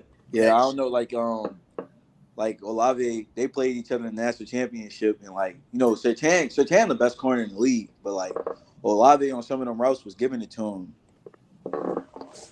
But yeah, I wish we could have got that, but I want to see how Bub Memes step up, because he one of those receivers. Like, I like when you look at it, it's like physical profile. He like that 6'1-ish, 6'2" wide receiver that's like 215. So they built a certain way. So, like, I want to see if he can step up, because if he can be even a wide receiver 4 going into next year, that would be great. Because I think we have Shaheed's under contract next year. So I think Shaheed as a 3 is fine. Olave, I think Olave is a 1, but I do want the Saints to draft the guy who I want the Saints to draft. Will make Olave be like the 1B, because he's a 6'5". It's a guy from Arizona, number 4, Titaroa McMillan, but he'll make Olave the 1B off of like his body type and like what he does.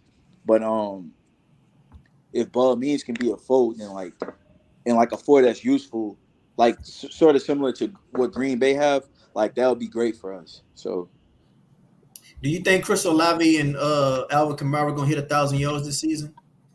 I think if Olave, I'm assuming Olave's gonna miss this game, probably be back the next game. If he plays it, yeah, especially with like no Shaheed, because now like you forced to go to him now. That's true. That's Yeah, true. I I ain't think I think the only reason, like I think he'll hit 1,000 every year. The only thing is this year is like I'm not even gonna count the last game. The targets he was like I think he had like 8 point like 8.5 targets a game last year. Going into this Bucks game, he was only at 5.5. So like they switched the offense don't run the same. But like he did the most of what he can with his targets. Cause like I'm taking like Garrett Wilson, for instance, got like 130 more yards in him, but he got 67 more targets. Like so that's like monsters. So but I think Olave, one of them receivers, he like that Devontae Smith, Garrett Wilson types. They ones, but if you can add like a AJ Brownish or a Devontae Adams, they gonna be the best twos in the league. Well, that's crazy, bro. Like, we got Hemisphere. He says Shaheed is having knee surgery, and he's going to be out for the season. I think he out for the season because Well, yeah, I was saying that he's going to have surgery, and we were just waiting on to see if he was going to be out for the season. But Hemisphere just said in the comment section that he's going to be out. So I guess the news had probably broke on social media or the internet already. So with him being out, I really think Olave definitely going to get his 1,000 yards.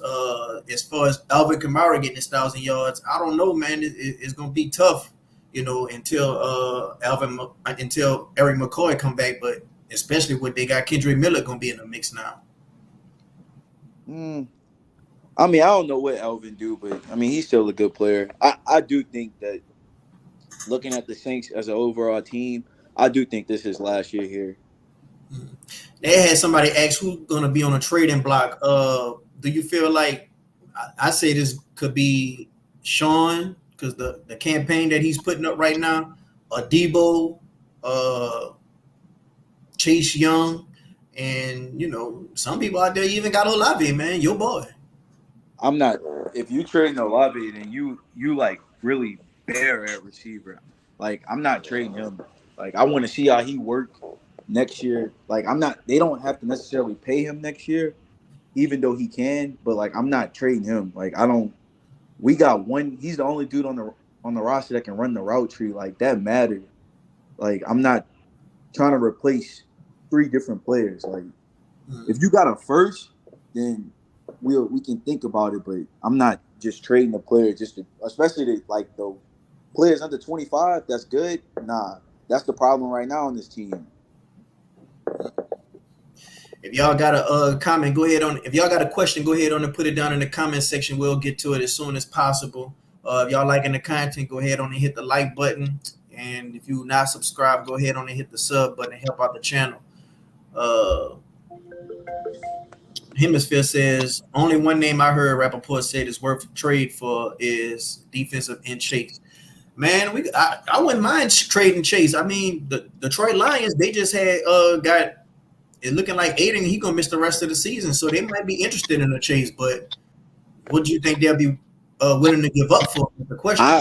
If to be honest with you, if we need so many picks, like if you gave me a fourth that can turn into a third for Chase Young, you do it because you're not gonna re-sign him next year. Like Chase Young you can't re-sign Chase Young to the same deal you signed Carl Granderson to. Why?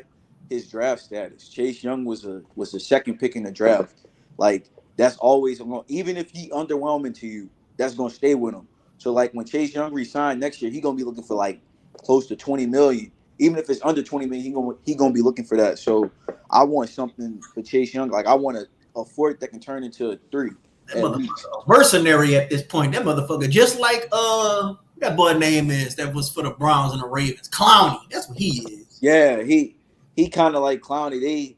They do stuff that's good. I think Clowney was better than him. Like Clowney with Houston, I know he didn't play the first year and a half, but like Clowney was like a legitimate like all pro. Like he was. The thing with Clowney was he'll get 9 sacks and people like they looking for more sack production, but he was the best run defender in the league at edge. Like the only dude that was competing with him at run defender was like prime Cam Jordan. Like that's the difference between Clowney and Chase Young. But I would put. I've been saying the Saints should trade Lattimore for the longest. I think Lattimore got real trade value, especially now. Like I'm looking at some of them contenders in the AFC, like Houston. They could use another corner opposite Stingley. Baltimore could use another corner. Like I think teams in the AFC are really like. I think we can get a third and maybe like a fifth round pick in 2026 as well. Like, and I would trade a Debo because I don't think the Saints gonna sign a Debo. So I would trade him too. Let's see. Hemisphere said I would accept losing a game with a rookie quarterback than I would with a $150 million quarterback. Yeah. A lot of people are feeling like, the way the season going, no way you should let Derek Carr start if once he get back healthy. How do you feel about that? It depends because me personally, like I be playing around with this thing called like the cap calculator. Like the Saints can trade Derek Carr this year, and like you're gonna take dead money, but it's not gonna look like how like Russell Wilson getting paid $40 million by the Broncos. It's not gonna be a situation like that. So I'm interested to see how Rattler play. Like I know I'm judging him like I'm not really judging his play because me personally, I ain't really into none of these quarterbacks in the draft like that. So I'm comfortable with Rattler playing this year and next year, but 2020 he would have to show it by like next year. But I don't mind him playing, especially like I don't think the Saints winning this game, and then I think they'll lose to the Chargers as well. If you 2-6, man, like I don't really see the point of Derek Carr playing, especially if you can trade him in the offseason. Like I know I ain't a Derek Carr fan, you're not a Derek Carr fan, but I do think like some of these teams that's really, really bare out here, like maybe somebody like trade a 4th round pick for him. So I'm comfortable with Rattler, me personally. All right. Well, you said you think the Broncos gonna win this game. Like I honestly think the Saints gonna win this game. Like I think the emotion from the players and from the competitive standpoint gonna make them stand up and win, and it's a pride thing with them. Like they've been hearing all the noise about how the defense ain't been looking good, can't tackle, giving up all these yards. I just can't see, even if they got a Sean Payton, I just can't see in the dome all the circumstances at stake. I just can't see them losing to Bo Nix and all these no-name players. The only guy they got that could do damage is Sutton, but we don't really, give up much to our receivers. The only wide receivers who did good on us this year was Juju and Godwin. Yeah. 2 dudes who operate like out the slot, so they might get matched up on like linebackers and stuff at times. But yeah. So like CD Lamb had a decent game against us too. So from the matchup standpoint, just you really just think the Broncos, like now I ain't gonna lie, they defense, even without Patrick Surtain, they're gonna be able to stop our run game. And they already got film on us, so they can be ready for the bootleg. I don't think we're gonna score that much. That's what I'm saying. Like I think this is a game that's gonna be in like the teens. Like the max score is like 20. So like they don't need Surtain in this game, especially with those receivers out there. Like you don't need them. They got the Broncos. I'm gonna say it too. They got a white corner that play outside. He's pretty good. Like Riley Moss or something like that. Yeah. Them dudes, them white boys coming from Iowa. They play corner now. Them dudes look good out there too. Because Philly got one too. Philly got one of them too. Yeah, I think Moss had caught like his first picks a few weeks ago, but it's gonna be an interesting game. I damn sure had took off of work to watch this game, so I'm expecting to see Bo Nix and Spence Rattler go out there and duke it out. Like a lot of people felt like they was comparing these two guys. So I'm curious to see how they're gonna do. And both of them, they all line is beat up. Like the Saints ain't just the only one coming to this game with the offensive line beat up. Like they're not gonna have these starting center or they starting tackle. So it's gonna be a tough battle for them too. But not only that, it's just all the storylines. Like it's gonna be funny seeing LaJordan Humphrey out there Adam Fishman out there, Will Lutz out there. Me personally, I don't give a damn about none of them players. Like except Will. Will, that's the only player of that matter. Like Lil Jordan sucked. Like Adam Troutman sucked. Like I think a lot of these players was trash. Like Will, that's the only one that truthfully mattered to me. That like he like when Will Lutz, especially that 1 to 2 years, like every time Will Lutz kicked, you knew it was going through. All them other players like Lil Jordan Humphrey, I think fans liked him because of his name. He like Smoke Monday. I But kind of like Lil Jordan Humphrey game too. I ain't gonna lie. I feel like he, Lil Jordan Humphrey was, if he was on a team with a good offensive coordinator and a good quarterback, I think Lil Jordan Humphrey would do some damage.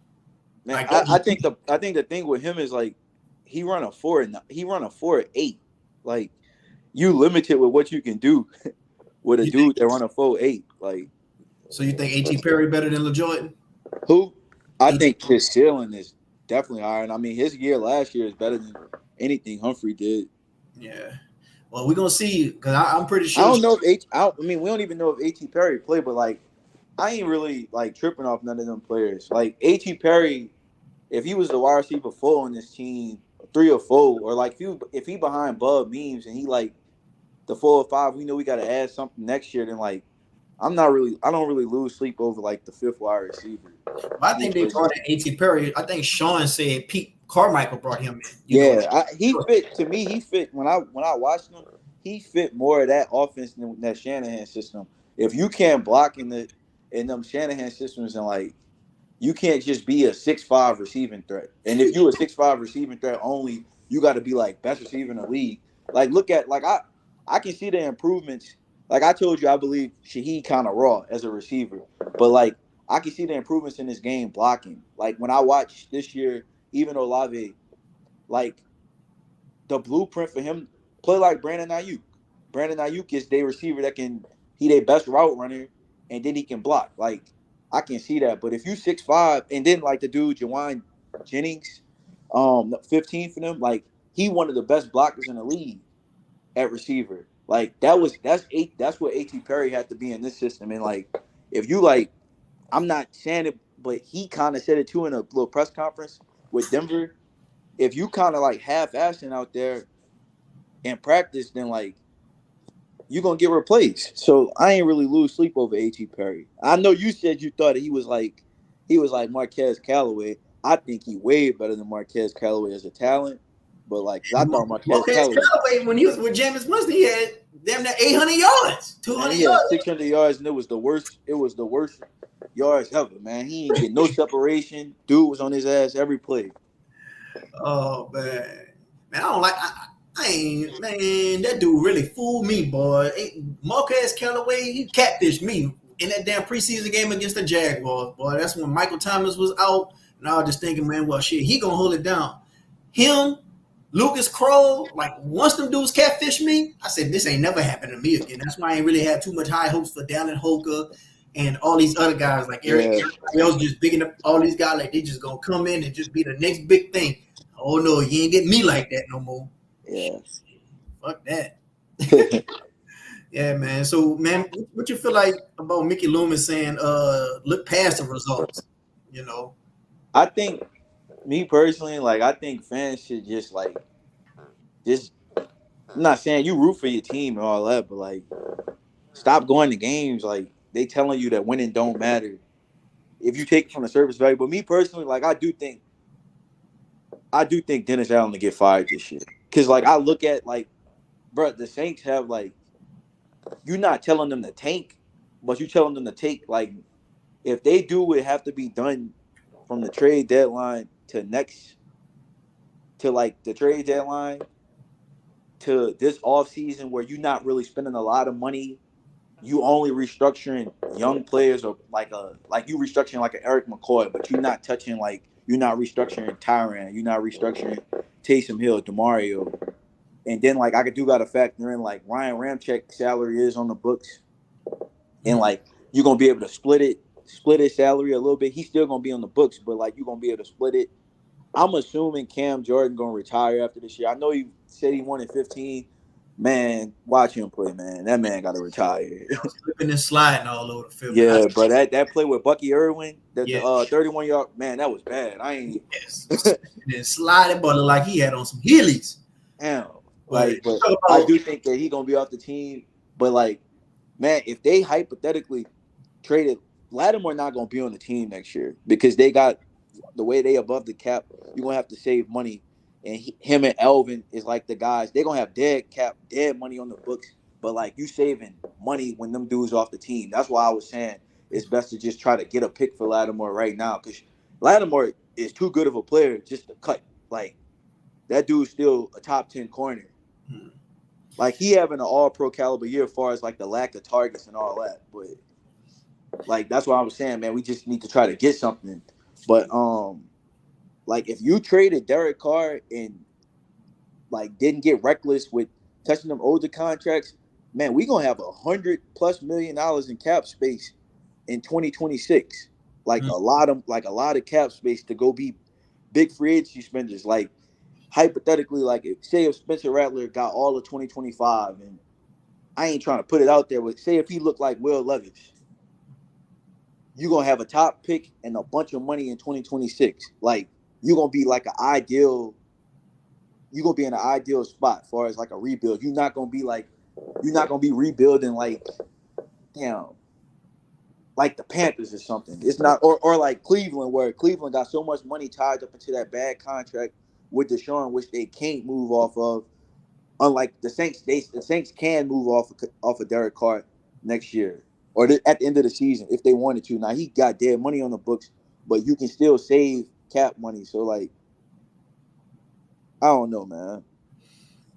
Louisiana says Lattimore is elite, but Ladarius Sneed went to the Titans for a third round pick. So if he had arguably the best cornerback season last year, we won't really be able to get much back from Marshawn despite his play.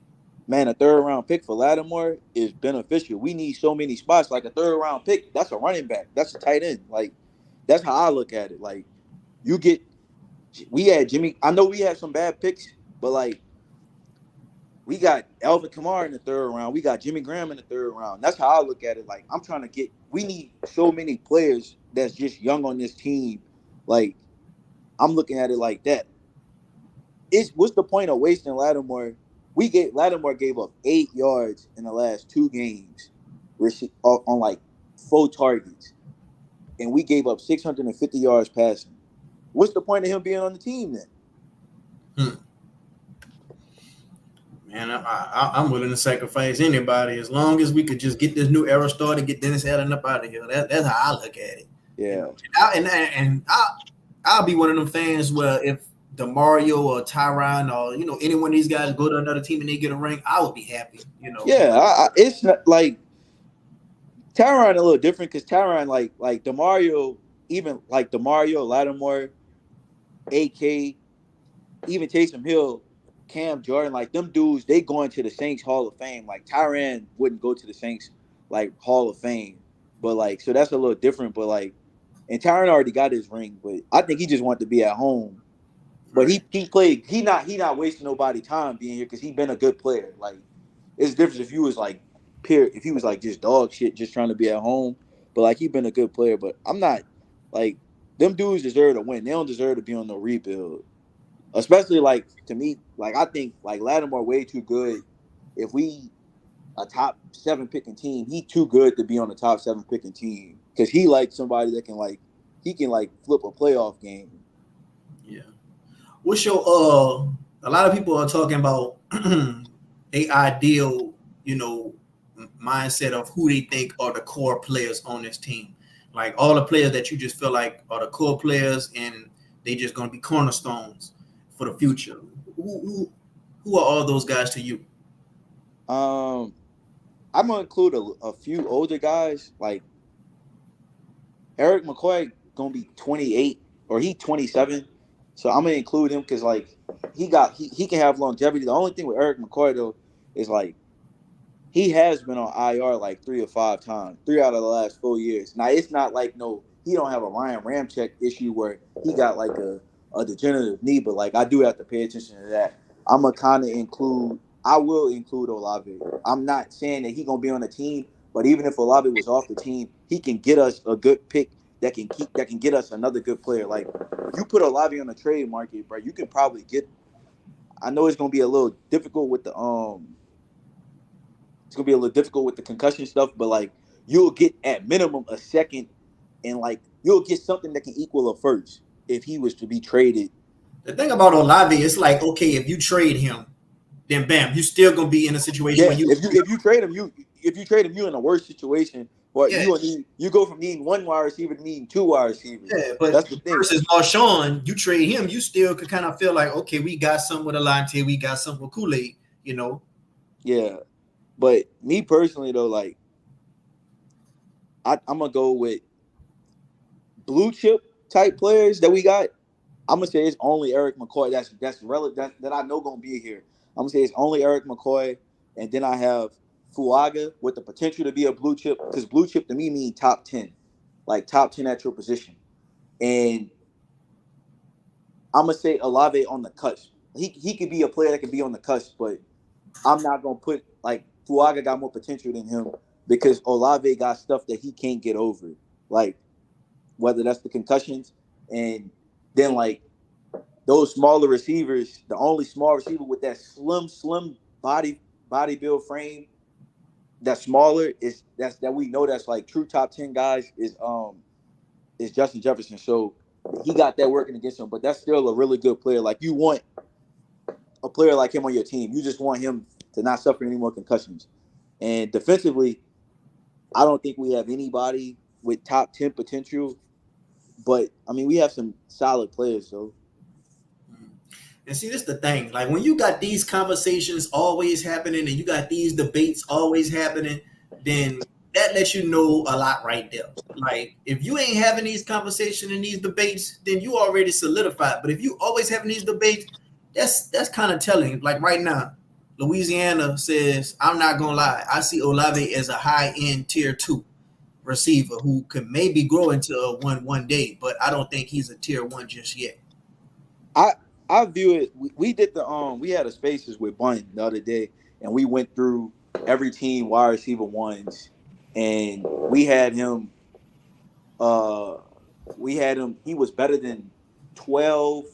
He was surefire better than like 12 ones on the team, and then it was about like 7 to 8 guys where we did like toss ups. So we have him as like. He's as high as 15, but he's no lower than like 20. So he's somewhere in that range for me. So that's the range that we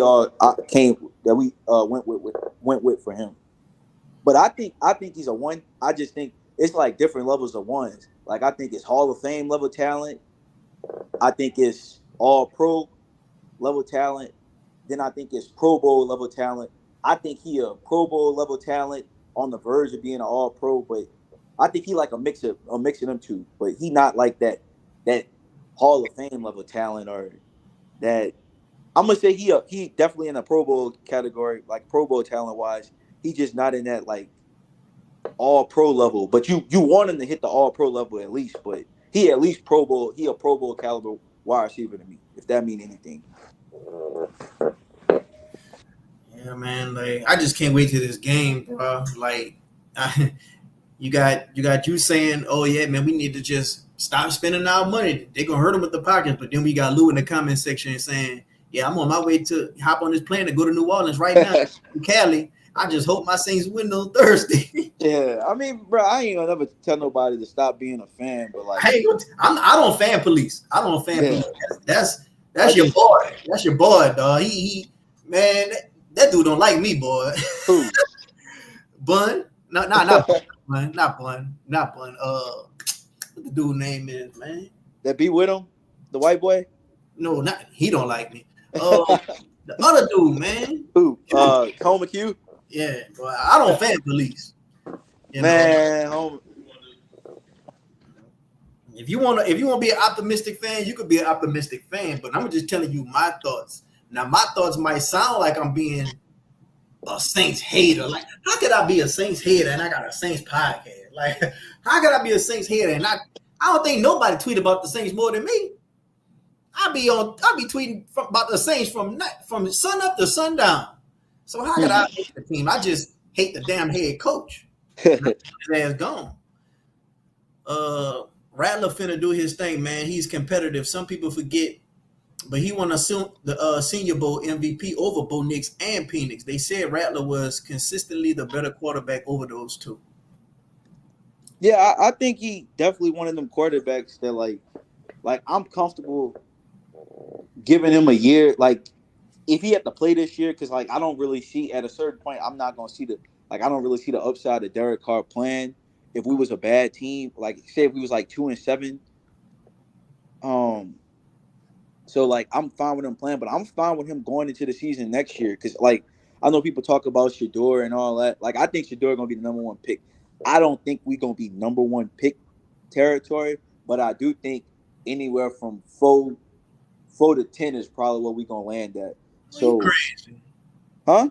You crazy. You don't think we're gonna I think we can pick as high as 4 in the draft. I think this is a top 10 picking team. You crazy. This is not a good team, bro. They don't have a lot of wins on that roster. If you go look at even some of the bad teams they play. Well, I ain't even gonna go off to that. But I don't think we're gonna be picking 4. Like, no, I said as high as 4. Like if it went, the Chargers didn't think they was gonna be picking 5 last year, and they look just like the Saints. They went to the playoffs, except they went to the playoffs. They blew that lead. They lost a lot of people. Their quarterback got hurt, and he way better than Derek Carr. He missed a bunch of games. The receiver tore his ACL. They lost and they picked 5th. Like you can have a season from hell. So do you think the Saints quit on Dennis Allen that Bucks game? It's kind of hard for me to say quit, but man, his calling card defense and like that's not normal. A defensive coach because these veterans, like it'll be a difference if them was young players out there. Like the youngest player that was out there was Kool-Aid, and he only played like 10 snaps. Like these is veterans, like that's out there that was playing this bad. They didn't want to hit nobody. Well, I'm saying like you brought up the Chargers. I remember they just quit on Brandon Staley. I remember that. Yeah, I quit on Brandon Staley. I remember that, and I remember the Raiders quit on Mike McDaniels. I think, but. When they had quit on Brandon Staley, it was just obvious. When we had lost to the Bucks, a lot of people felt like they quit on Dennis Allen. Me, I don't know if they quit or not, but if they did, it had to been something that happened in halftime. It had to been something because they just came out super flat and they had to leave. I mean, they kept getting put on the field, so I do got to pay attention to that. Like, it was a lot of 3 and outs, but I don't know, man. I ain't gonna say they quit, but what you said? That's only 1/2 though. But I mean, if you just getting a bunch of 3 and outs, but like I don't know, man. It's kind of hard for me to say they quit. I'm gonna just say some of them dudes that's old look their age, and like I think DeMario coming into the season, I thought DeMario was the second best linebacker in the league. Outside of that Cowboys game, he looked 35, man. Like he looked his age for the first time I can say it. Like even he had them plays last year. What the Jordan Love play? And I think it was a play with like Bijan, and I think Bryce Young got him once last year. And I was like, other than that, he still looked good. This year, this the first year I can say, man, he a step slow on everything. He don't even got no tackles for loss this year. Damn, bro. Well, I could say this, boy. If we do end up in a situation like the Chargers ended up, that'll be the best thing that can happen. Yeah, that's what I'm saying. Like, I don't know why you got fans that's like, they complaining like, man, I think if we healthy, we a good team. I thought the Saints at best was an 8-win team. Maybe if teams on the schedule look bad, they can maybe win 9 games. But like, I didn't think this is a team they just a mid team. Man, you got the optimistic fans. They gonna take that to their grave, boy. If we would have been relatively healthy right now, let's just say we still had Carl McCoy, Taysom Hill, Sheedon, Olave, man, they gonna take that to their grave. We would have won 12 games this year, went to the Super Bowl damn near. They gonna take that to their grave, and you can't tell them no different.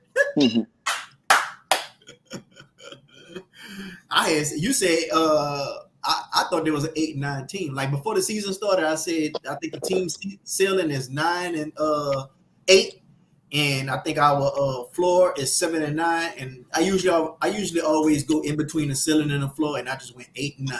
You know, but yeah, man, I do think the first 2 games.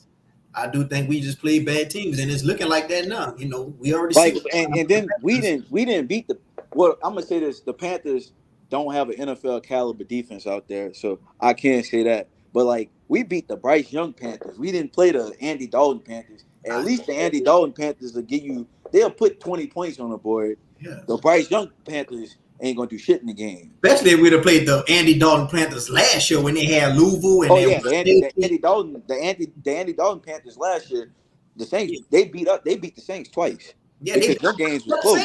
No, people thought I was crazy. Man, bro, Derek Carr had 37 yards in that game. Like, yes, he missed. Bryce Young had about 3 touchdowns. Louisville going all for the Commanders right now. They got a safety that they had. I forgot who that safety is, but they loving him wherever he went. And they had Brian Burns. Like, boy, them boys would have gave us the business if they had Andy Dalton. Didn't he have the revenge factor in them? Oh, man.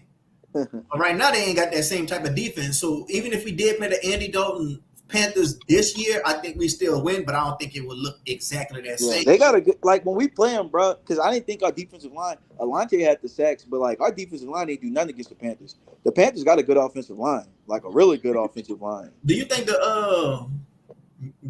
DA don't be cooking up nothing? Like he just good when they come to the secondary. He can't cook up no blitzes. Like we just do the same bull rush. I haven't seen an exotic blitz since he's been the head coach, man. I just think that's his scheme, bro. And Brian was on before you, and he was like, man, the league had caught up to that shit. And I really feel like we can't stop the run since Malcolm Brown left. Can't stop tight ends. Can't stop scrambling quarterbacks. Even if you do stop them from scrambling, they still throwing for 300. So if you really stopping them, you can't stop players in the clutch. Baker broke the pocket. I think whatchamacallit, that's one of the reasons I'm concerned. Like, I'm not concerned about nothing that Denver do offensively, but like if you watch Denver, like if you familiar with Bo Nix, like if you was deep in the college football, Bo Nix can run. Don't just look at Bo Nix like oh, this is a little white quarterback back there. He's a drop back. No, Bo Nix run about. I don't know what Bo Nix running the 40, but I wouldn't be surprised if he can touch a 4.49 or something. Like, bro, he can really run. Like, he got to play against LSU before he transferred to Oregon. That's one of the best plays. Like, if people seen it in the chat, they know what I'm talking about. It's one of the best plays ever. Like, Bo Nix going to be able to break contain on us. And I think this is going to be a game where Sean Payton going to run him. I think Sean Payton going to almost tell him to play like Taysom Hill. I think they're going to use him like how Philly used to use Jalen Hurts on us. Man, Bo Nix faster than Jalen Hurts to me. I don't think Jalen Hurts that fast. Bo Nix got some speed on him, bro. I ain't even going to – like, that's the one thing he can do. Oregon, he stopped doing it at Oregon because he became a better passer. But, like, he can run. And if it was ever a game where he was going to run, it's going to be the Saints because historically, the history shows Dennis Allen defenses don't do good against running quarterbacks. And this is an old defense. You think they tight ends gonna have success on us? I don't even know who Denver tight. Oh, I like one of their tight ends. I like the potential of him, but he got an injury. It's not Adam Troutman. It's a dude named from Notre Dame. Nah, it's a dude from UCLA. He just always hurt, so I don't know if he played, but like, he a good player. Look at Luke. He can be a good player, but we in year 3 and he didn't miss a lot of time with injuries, so teams start giving up on you if you keep getting hurt. Look at Luke Too Smooth comment. Man, I'm telling bro. I know you want to win as a fan, but like I think the Saints been trying to avoid that. Mickey Loomis been trying to avoid that rebuild for a long time. Sometimes the faith and destiny can put you in the rebuild, and that's what truthfully I think this is. Like you can't keep running from the Grim Reaper all day. He gonna catch you eventually. Somebody say DA scared to blitz. Somebody say, yeah, Sean knows exactly how to attack our defense. But I feel like I think DA know how to attack Sean defense. Sean know how to, DA gonna know Yeah, how to that's what attack. I'm saying. I think this gonna be. I think this gonna be a game. Or it's a game. If for Saint, this is for Saints fans and dudes that like Denver fans, but Saints fans. Like this is Saints fans All right, game. well, help Like everybody out with their DraftKings. Who you think gonna go off? Give me like 6 players who you think gonna have me, a good game. Like three of their players, 3 of our players. um, I don't know because Denver don't got a lot of players. You know, I know them because I keep up with like the Okay, league. But well, like if you could just think like 2 players and then we'll just add in. Bo Nix rushing yards. All right, Take the over. besides Bo Licks and besides Lutz. I'm gonna just say you said if somebody need a leg, I'm gonna say Bo Nix rushing yards and a Bo Nix anytime touchdown. It's kind of hard because like So you don't think Sutton gonna do anything? who? Sutton. I think Sutton, the way Sutton played, Sutton, like he that type of receiver where I don't think like a Debo wouldn't struggle because the Saints play size now. A Debo to me wouldn't struggle with Sutton. Like if Sutton catch it, he catch it. But like a Debo wouldn't struggle with Sutton because Sutton not shifty. Sutton is the type of he the mold that 6'4" receiver that's big. Like I think a lot of them cornerbacks they like to play them guys. They like to play them 6'4" receivers that's big. They don't want to play them guys like that 6'1" like Chase and AJ Brown that got the speed that can get on top of you. Like they don't want to play those guys. But like Sutton fit into what these cornerbacks like to play. Because you know everything gonna be a contested catch. Yeah, I know the last game he targeted this one guy named Livy like 7 times, and on this group on John Gruden show, they was like, man, watch out for their third running back. His name Austin Esteen, something like that. Aldrich Esteen or something like that. He said, watch out for their third running back. He kind of like he could catch the ball out the backfield real good. But I ain't gonna lie. That Taylor dude looked damn good against us, boy. I said, God damn, like you could just you got skills. The Buccaneers Taylor dude, that running back. Yeah. Oh, nah, his name's Sean Tucker. Look, yeah, Sean. I ain't gonna lie. In the draft, he came out with Kendrick. I was interested in him. He a smart kid. Like I like him. He a good player. He must have had like some type of something that popped up on a red flag at the combine with like his neck or something. I think. But like, man, that dude good. Like he fast, he athletic, he had soft hands. If you throw it to him out the backfield, he can blitz pick up. Like he gonna be like I always knew he was gonna be a good player. And truthfully, the Bucks learned something yesterday, or when they played us. They learned that him and Bucky Irvin, if they didn't know it before, them dudes way better than dude Rashad White. I think the game would have been closer if he played.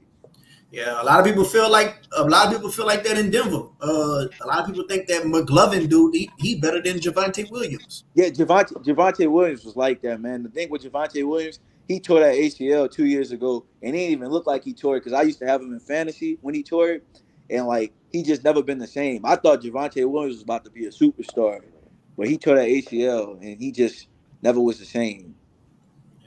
I know they could show you Jerry Jeudy right now, but I just think he was one of them guys that Sean Payton had to get up out of there. I don't think like I ain't really a fan of Jerry Jeudy. He do too much, man. He like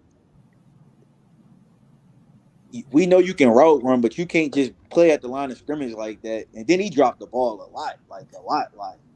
Like even like Olave a route runner. They route running type of wide receivers, but they don't play around at the line of scrimmage like that. Like they go do what they have to do. Like I don't know. I thought Jerry Jeudy was good at Alabama, but I thought they was dragging it. You had guys saying, "Man, he's gonna go into the league. He's gonna be like Odell Beckham." And like I never seen it. I thought personally, I always thought Devontae Smith was the best receiver from Alabama. I thought it was Smith, then Waddle, then Ruggs, and then Jeudy. What do you think the Bills and the Jets gonna do with their new receivers? I love it for the Bills. Amari Cooper. Hey, look, the thing with Amari Cooper though, Amari Cooper be quitting, man. Like when Amari Cooper ready to go, Amari Cooper will quit on a team. But when you get him on a new team, he gonna look like Jerry Rice for that first year. So The Bills got him. The Bills gonna make him look like Jerry Rice for at least the rest of the regular season. Mhm. And as far as the Jets, man, the Jets dysfunctional, but that's Aaron Rodgers' boy. So, Mhm. um, Well, shit, I'm about to get ready to end the stream, man. Any last thoughts you want to share? um, I just want to tell fans, man, if the Saints lose, don't look at it as a bad way. Look at it as a positive way.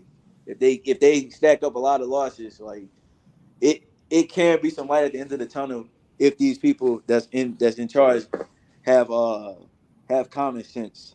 Everything ain't all bad. Getting beat into a rebuild because it's more fun than being 7-10. Yeah, I'm excited for the future. Like seeing Spence Rattler grow with Sheed and Olave and whoever we could get added to this team. Like I'm just looking at the division, like the Buccaneers. Baker found the home. We might get Shadur Sanders or Travis Hunter to the Panthers. We might get Penix starting next year. So just think about Spence Rattler versus Penix. Like I'm just so excited for the future, this new era to start. You know, Yeah, when it comes to me, I don't want to lose thinking, oh, we need to lose so we can get a high draft pick. It's deeper than that for me. Like I would rather you want to see the you want to see the unknown. You tired I'm of excited for the unknown. Like I want Dennis Allen fired like yeah. deeper than a high draft pick. Like I would rather Dennis Allen fired and us have a 17th pick than keep Dennis Allen and us have a number 9 pick. Like that's how deep it is for me. Yeah. Even I if hear he you. 17 pick with that new coach, I feel like that new coach, as long as he come in and he do what he got to do, leader of men, he could cook with that 17 pick if we could hit on it and we just start this new era, Saints football, man. Yeah. That's I'm personally that's how I feel. Like before we go, like when I be saying, man, I don't want I'm ready for the Saints to move on from Taysom Hill and Cam Jordan. I feel like them dudes still a part of the Drew Brees era, and like I just think that Mickey Loomis the last couple of years they didn't wasted a lot of time trying to chase what the refs took from us in 2018. Like at a certain point, you got to move on, and I don't think they've been moving on, and that's really why I be always talking about rebuilding and restarting because like man, you don't want to waste.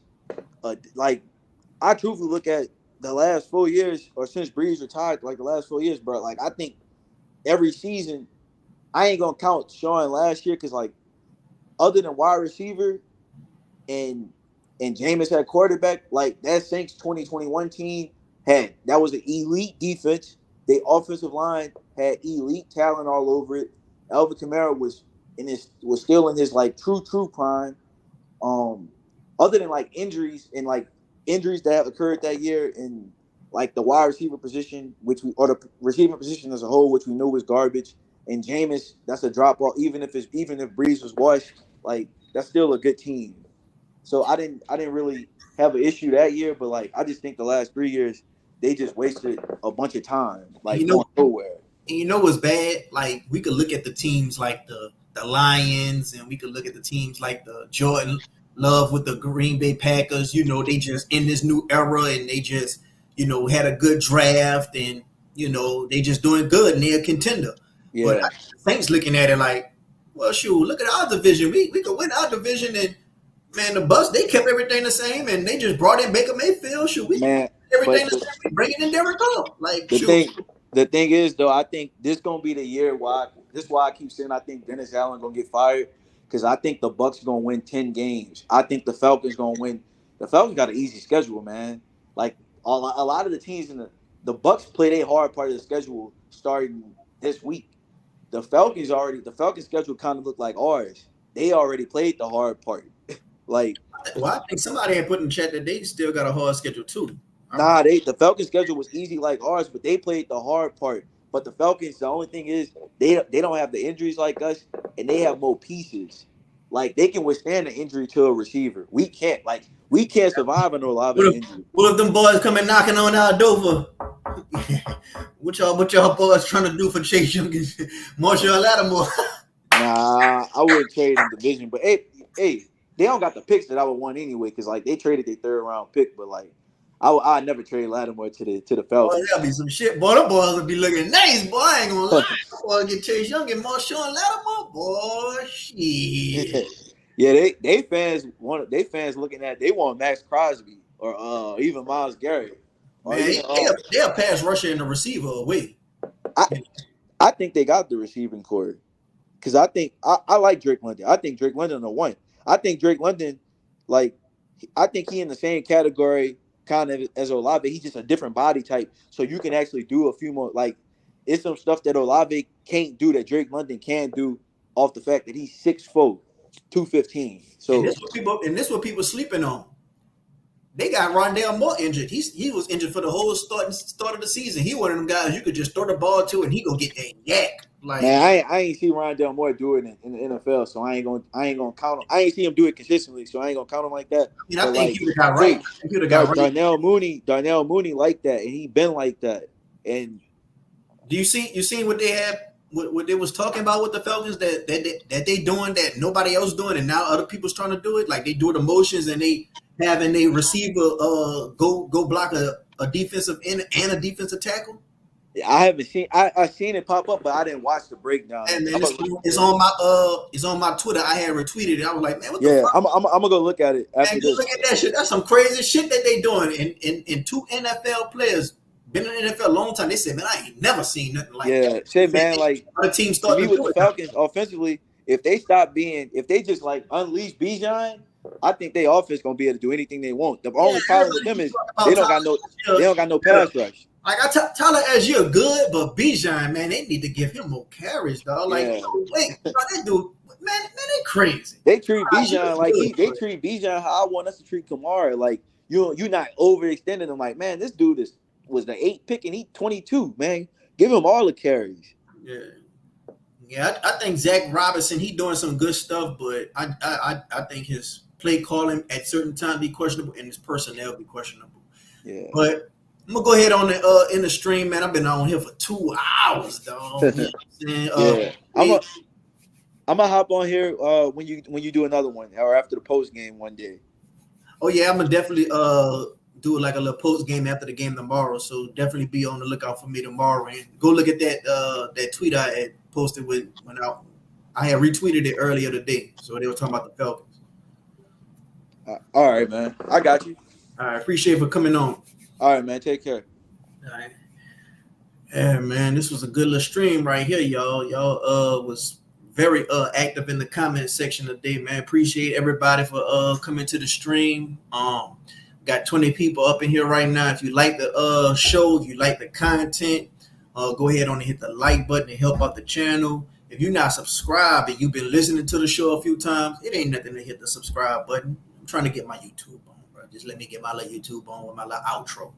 But yeah, man, go ahead on and hit the like button, hit the subscribe button, share it if you want to. And yeah, man, we're gonna be back with some more content for y'all, man.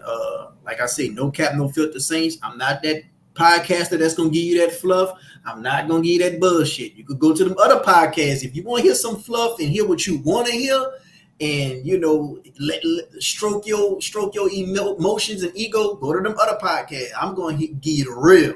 And if you don't like hearing the real, then this might not be the podcast for you. But y'all, be safe out there. Who that? And we're gonna get this game popping tomorrow. I'm excited for it. I can't wait to see it. And the words of our future Hall of Fame head coach Dennis Allen. Y'all keep doing what y'all doing, man. I'm out. Who that?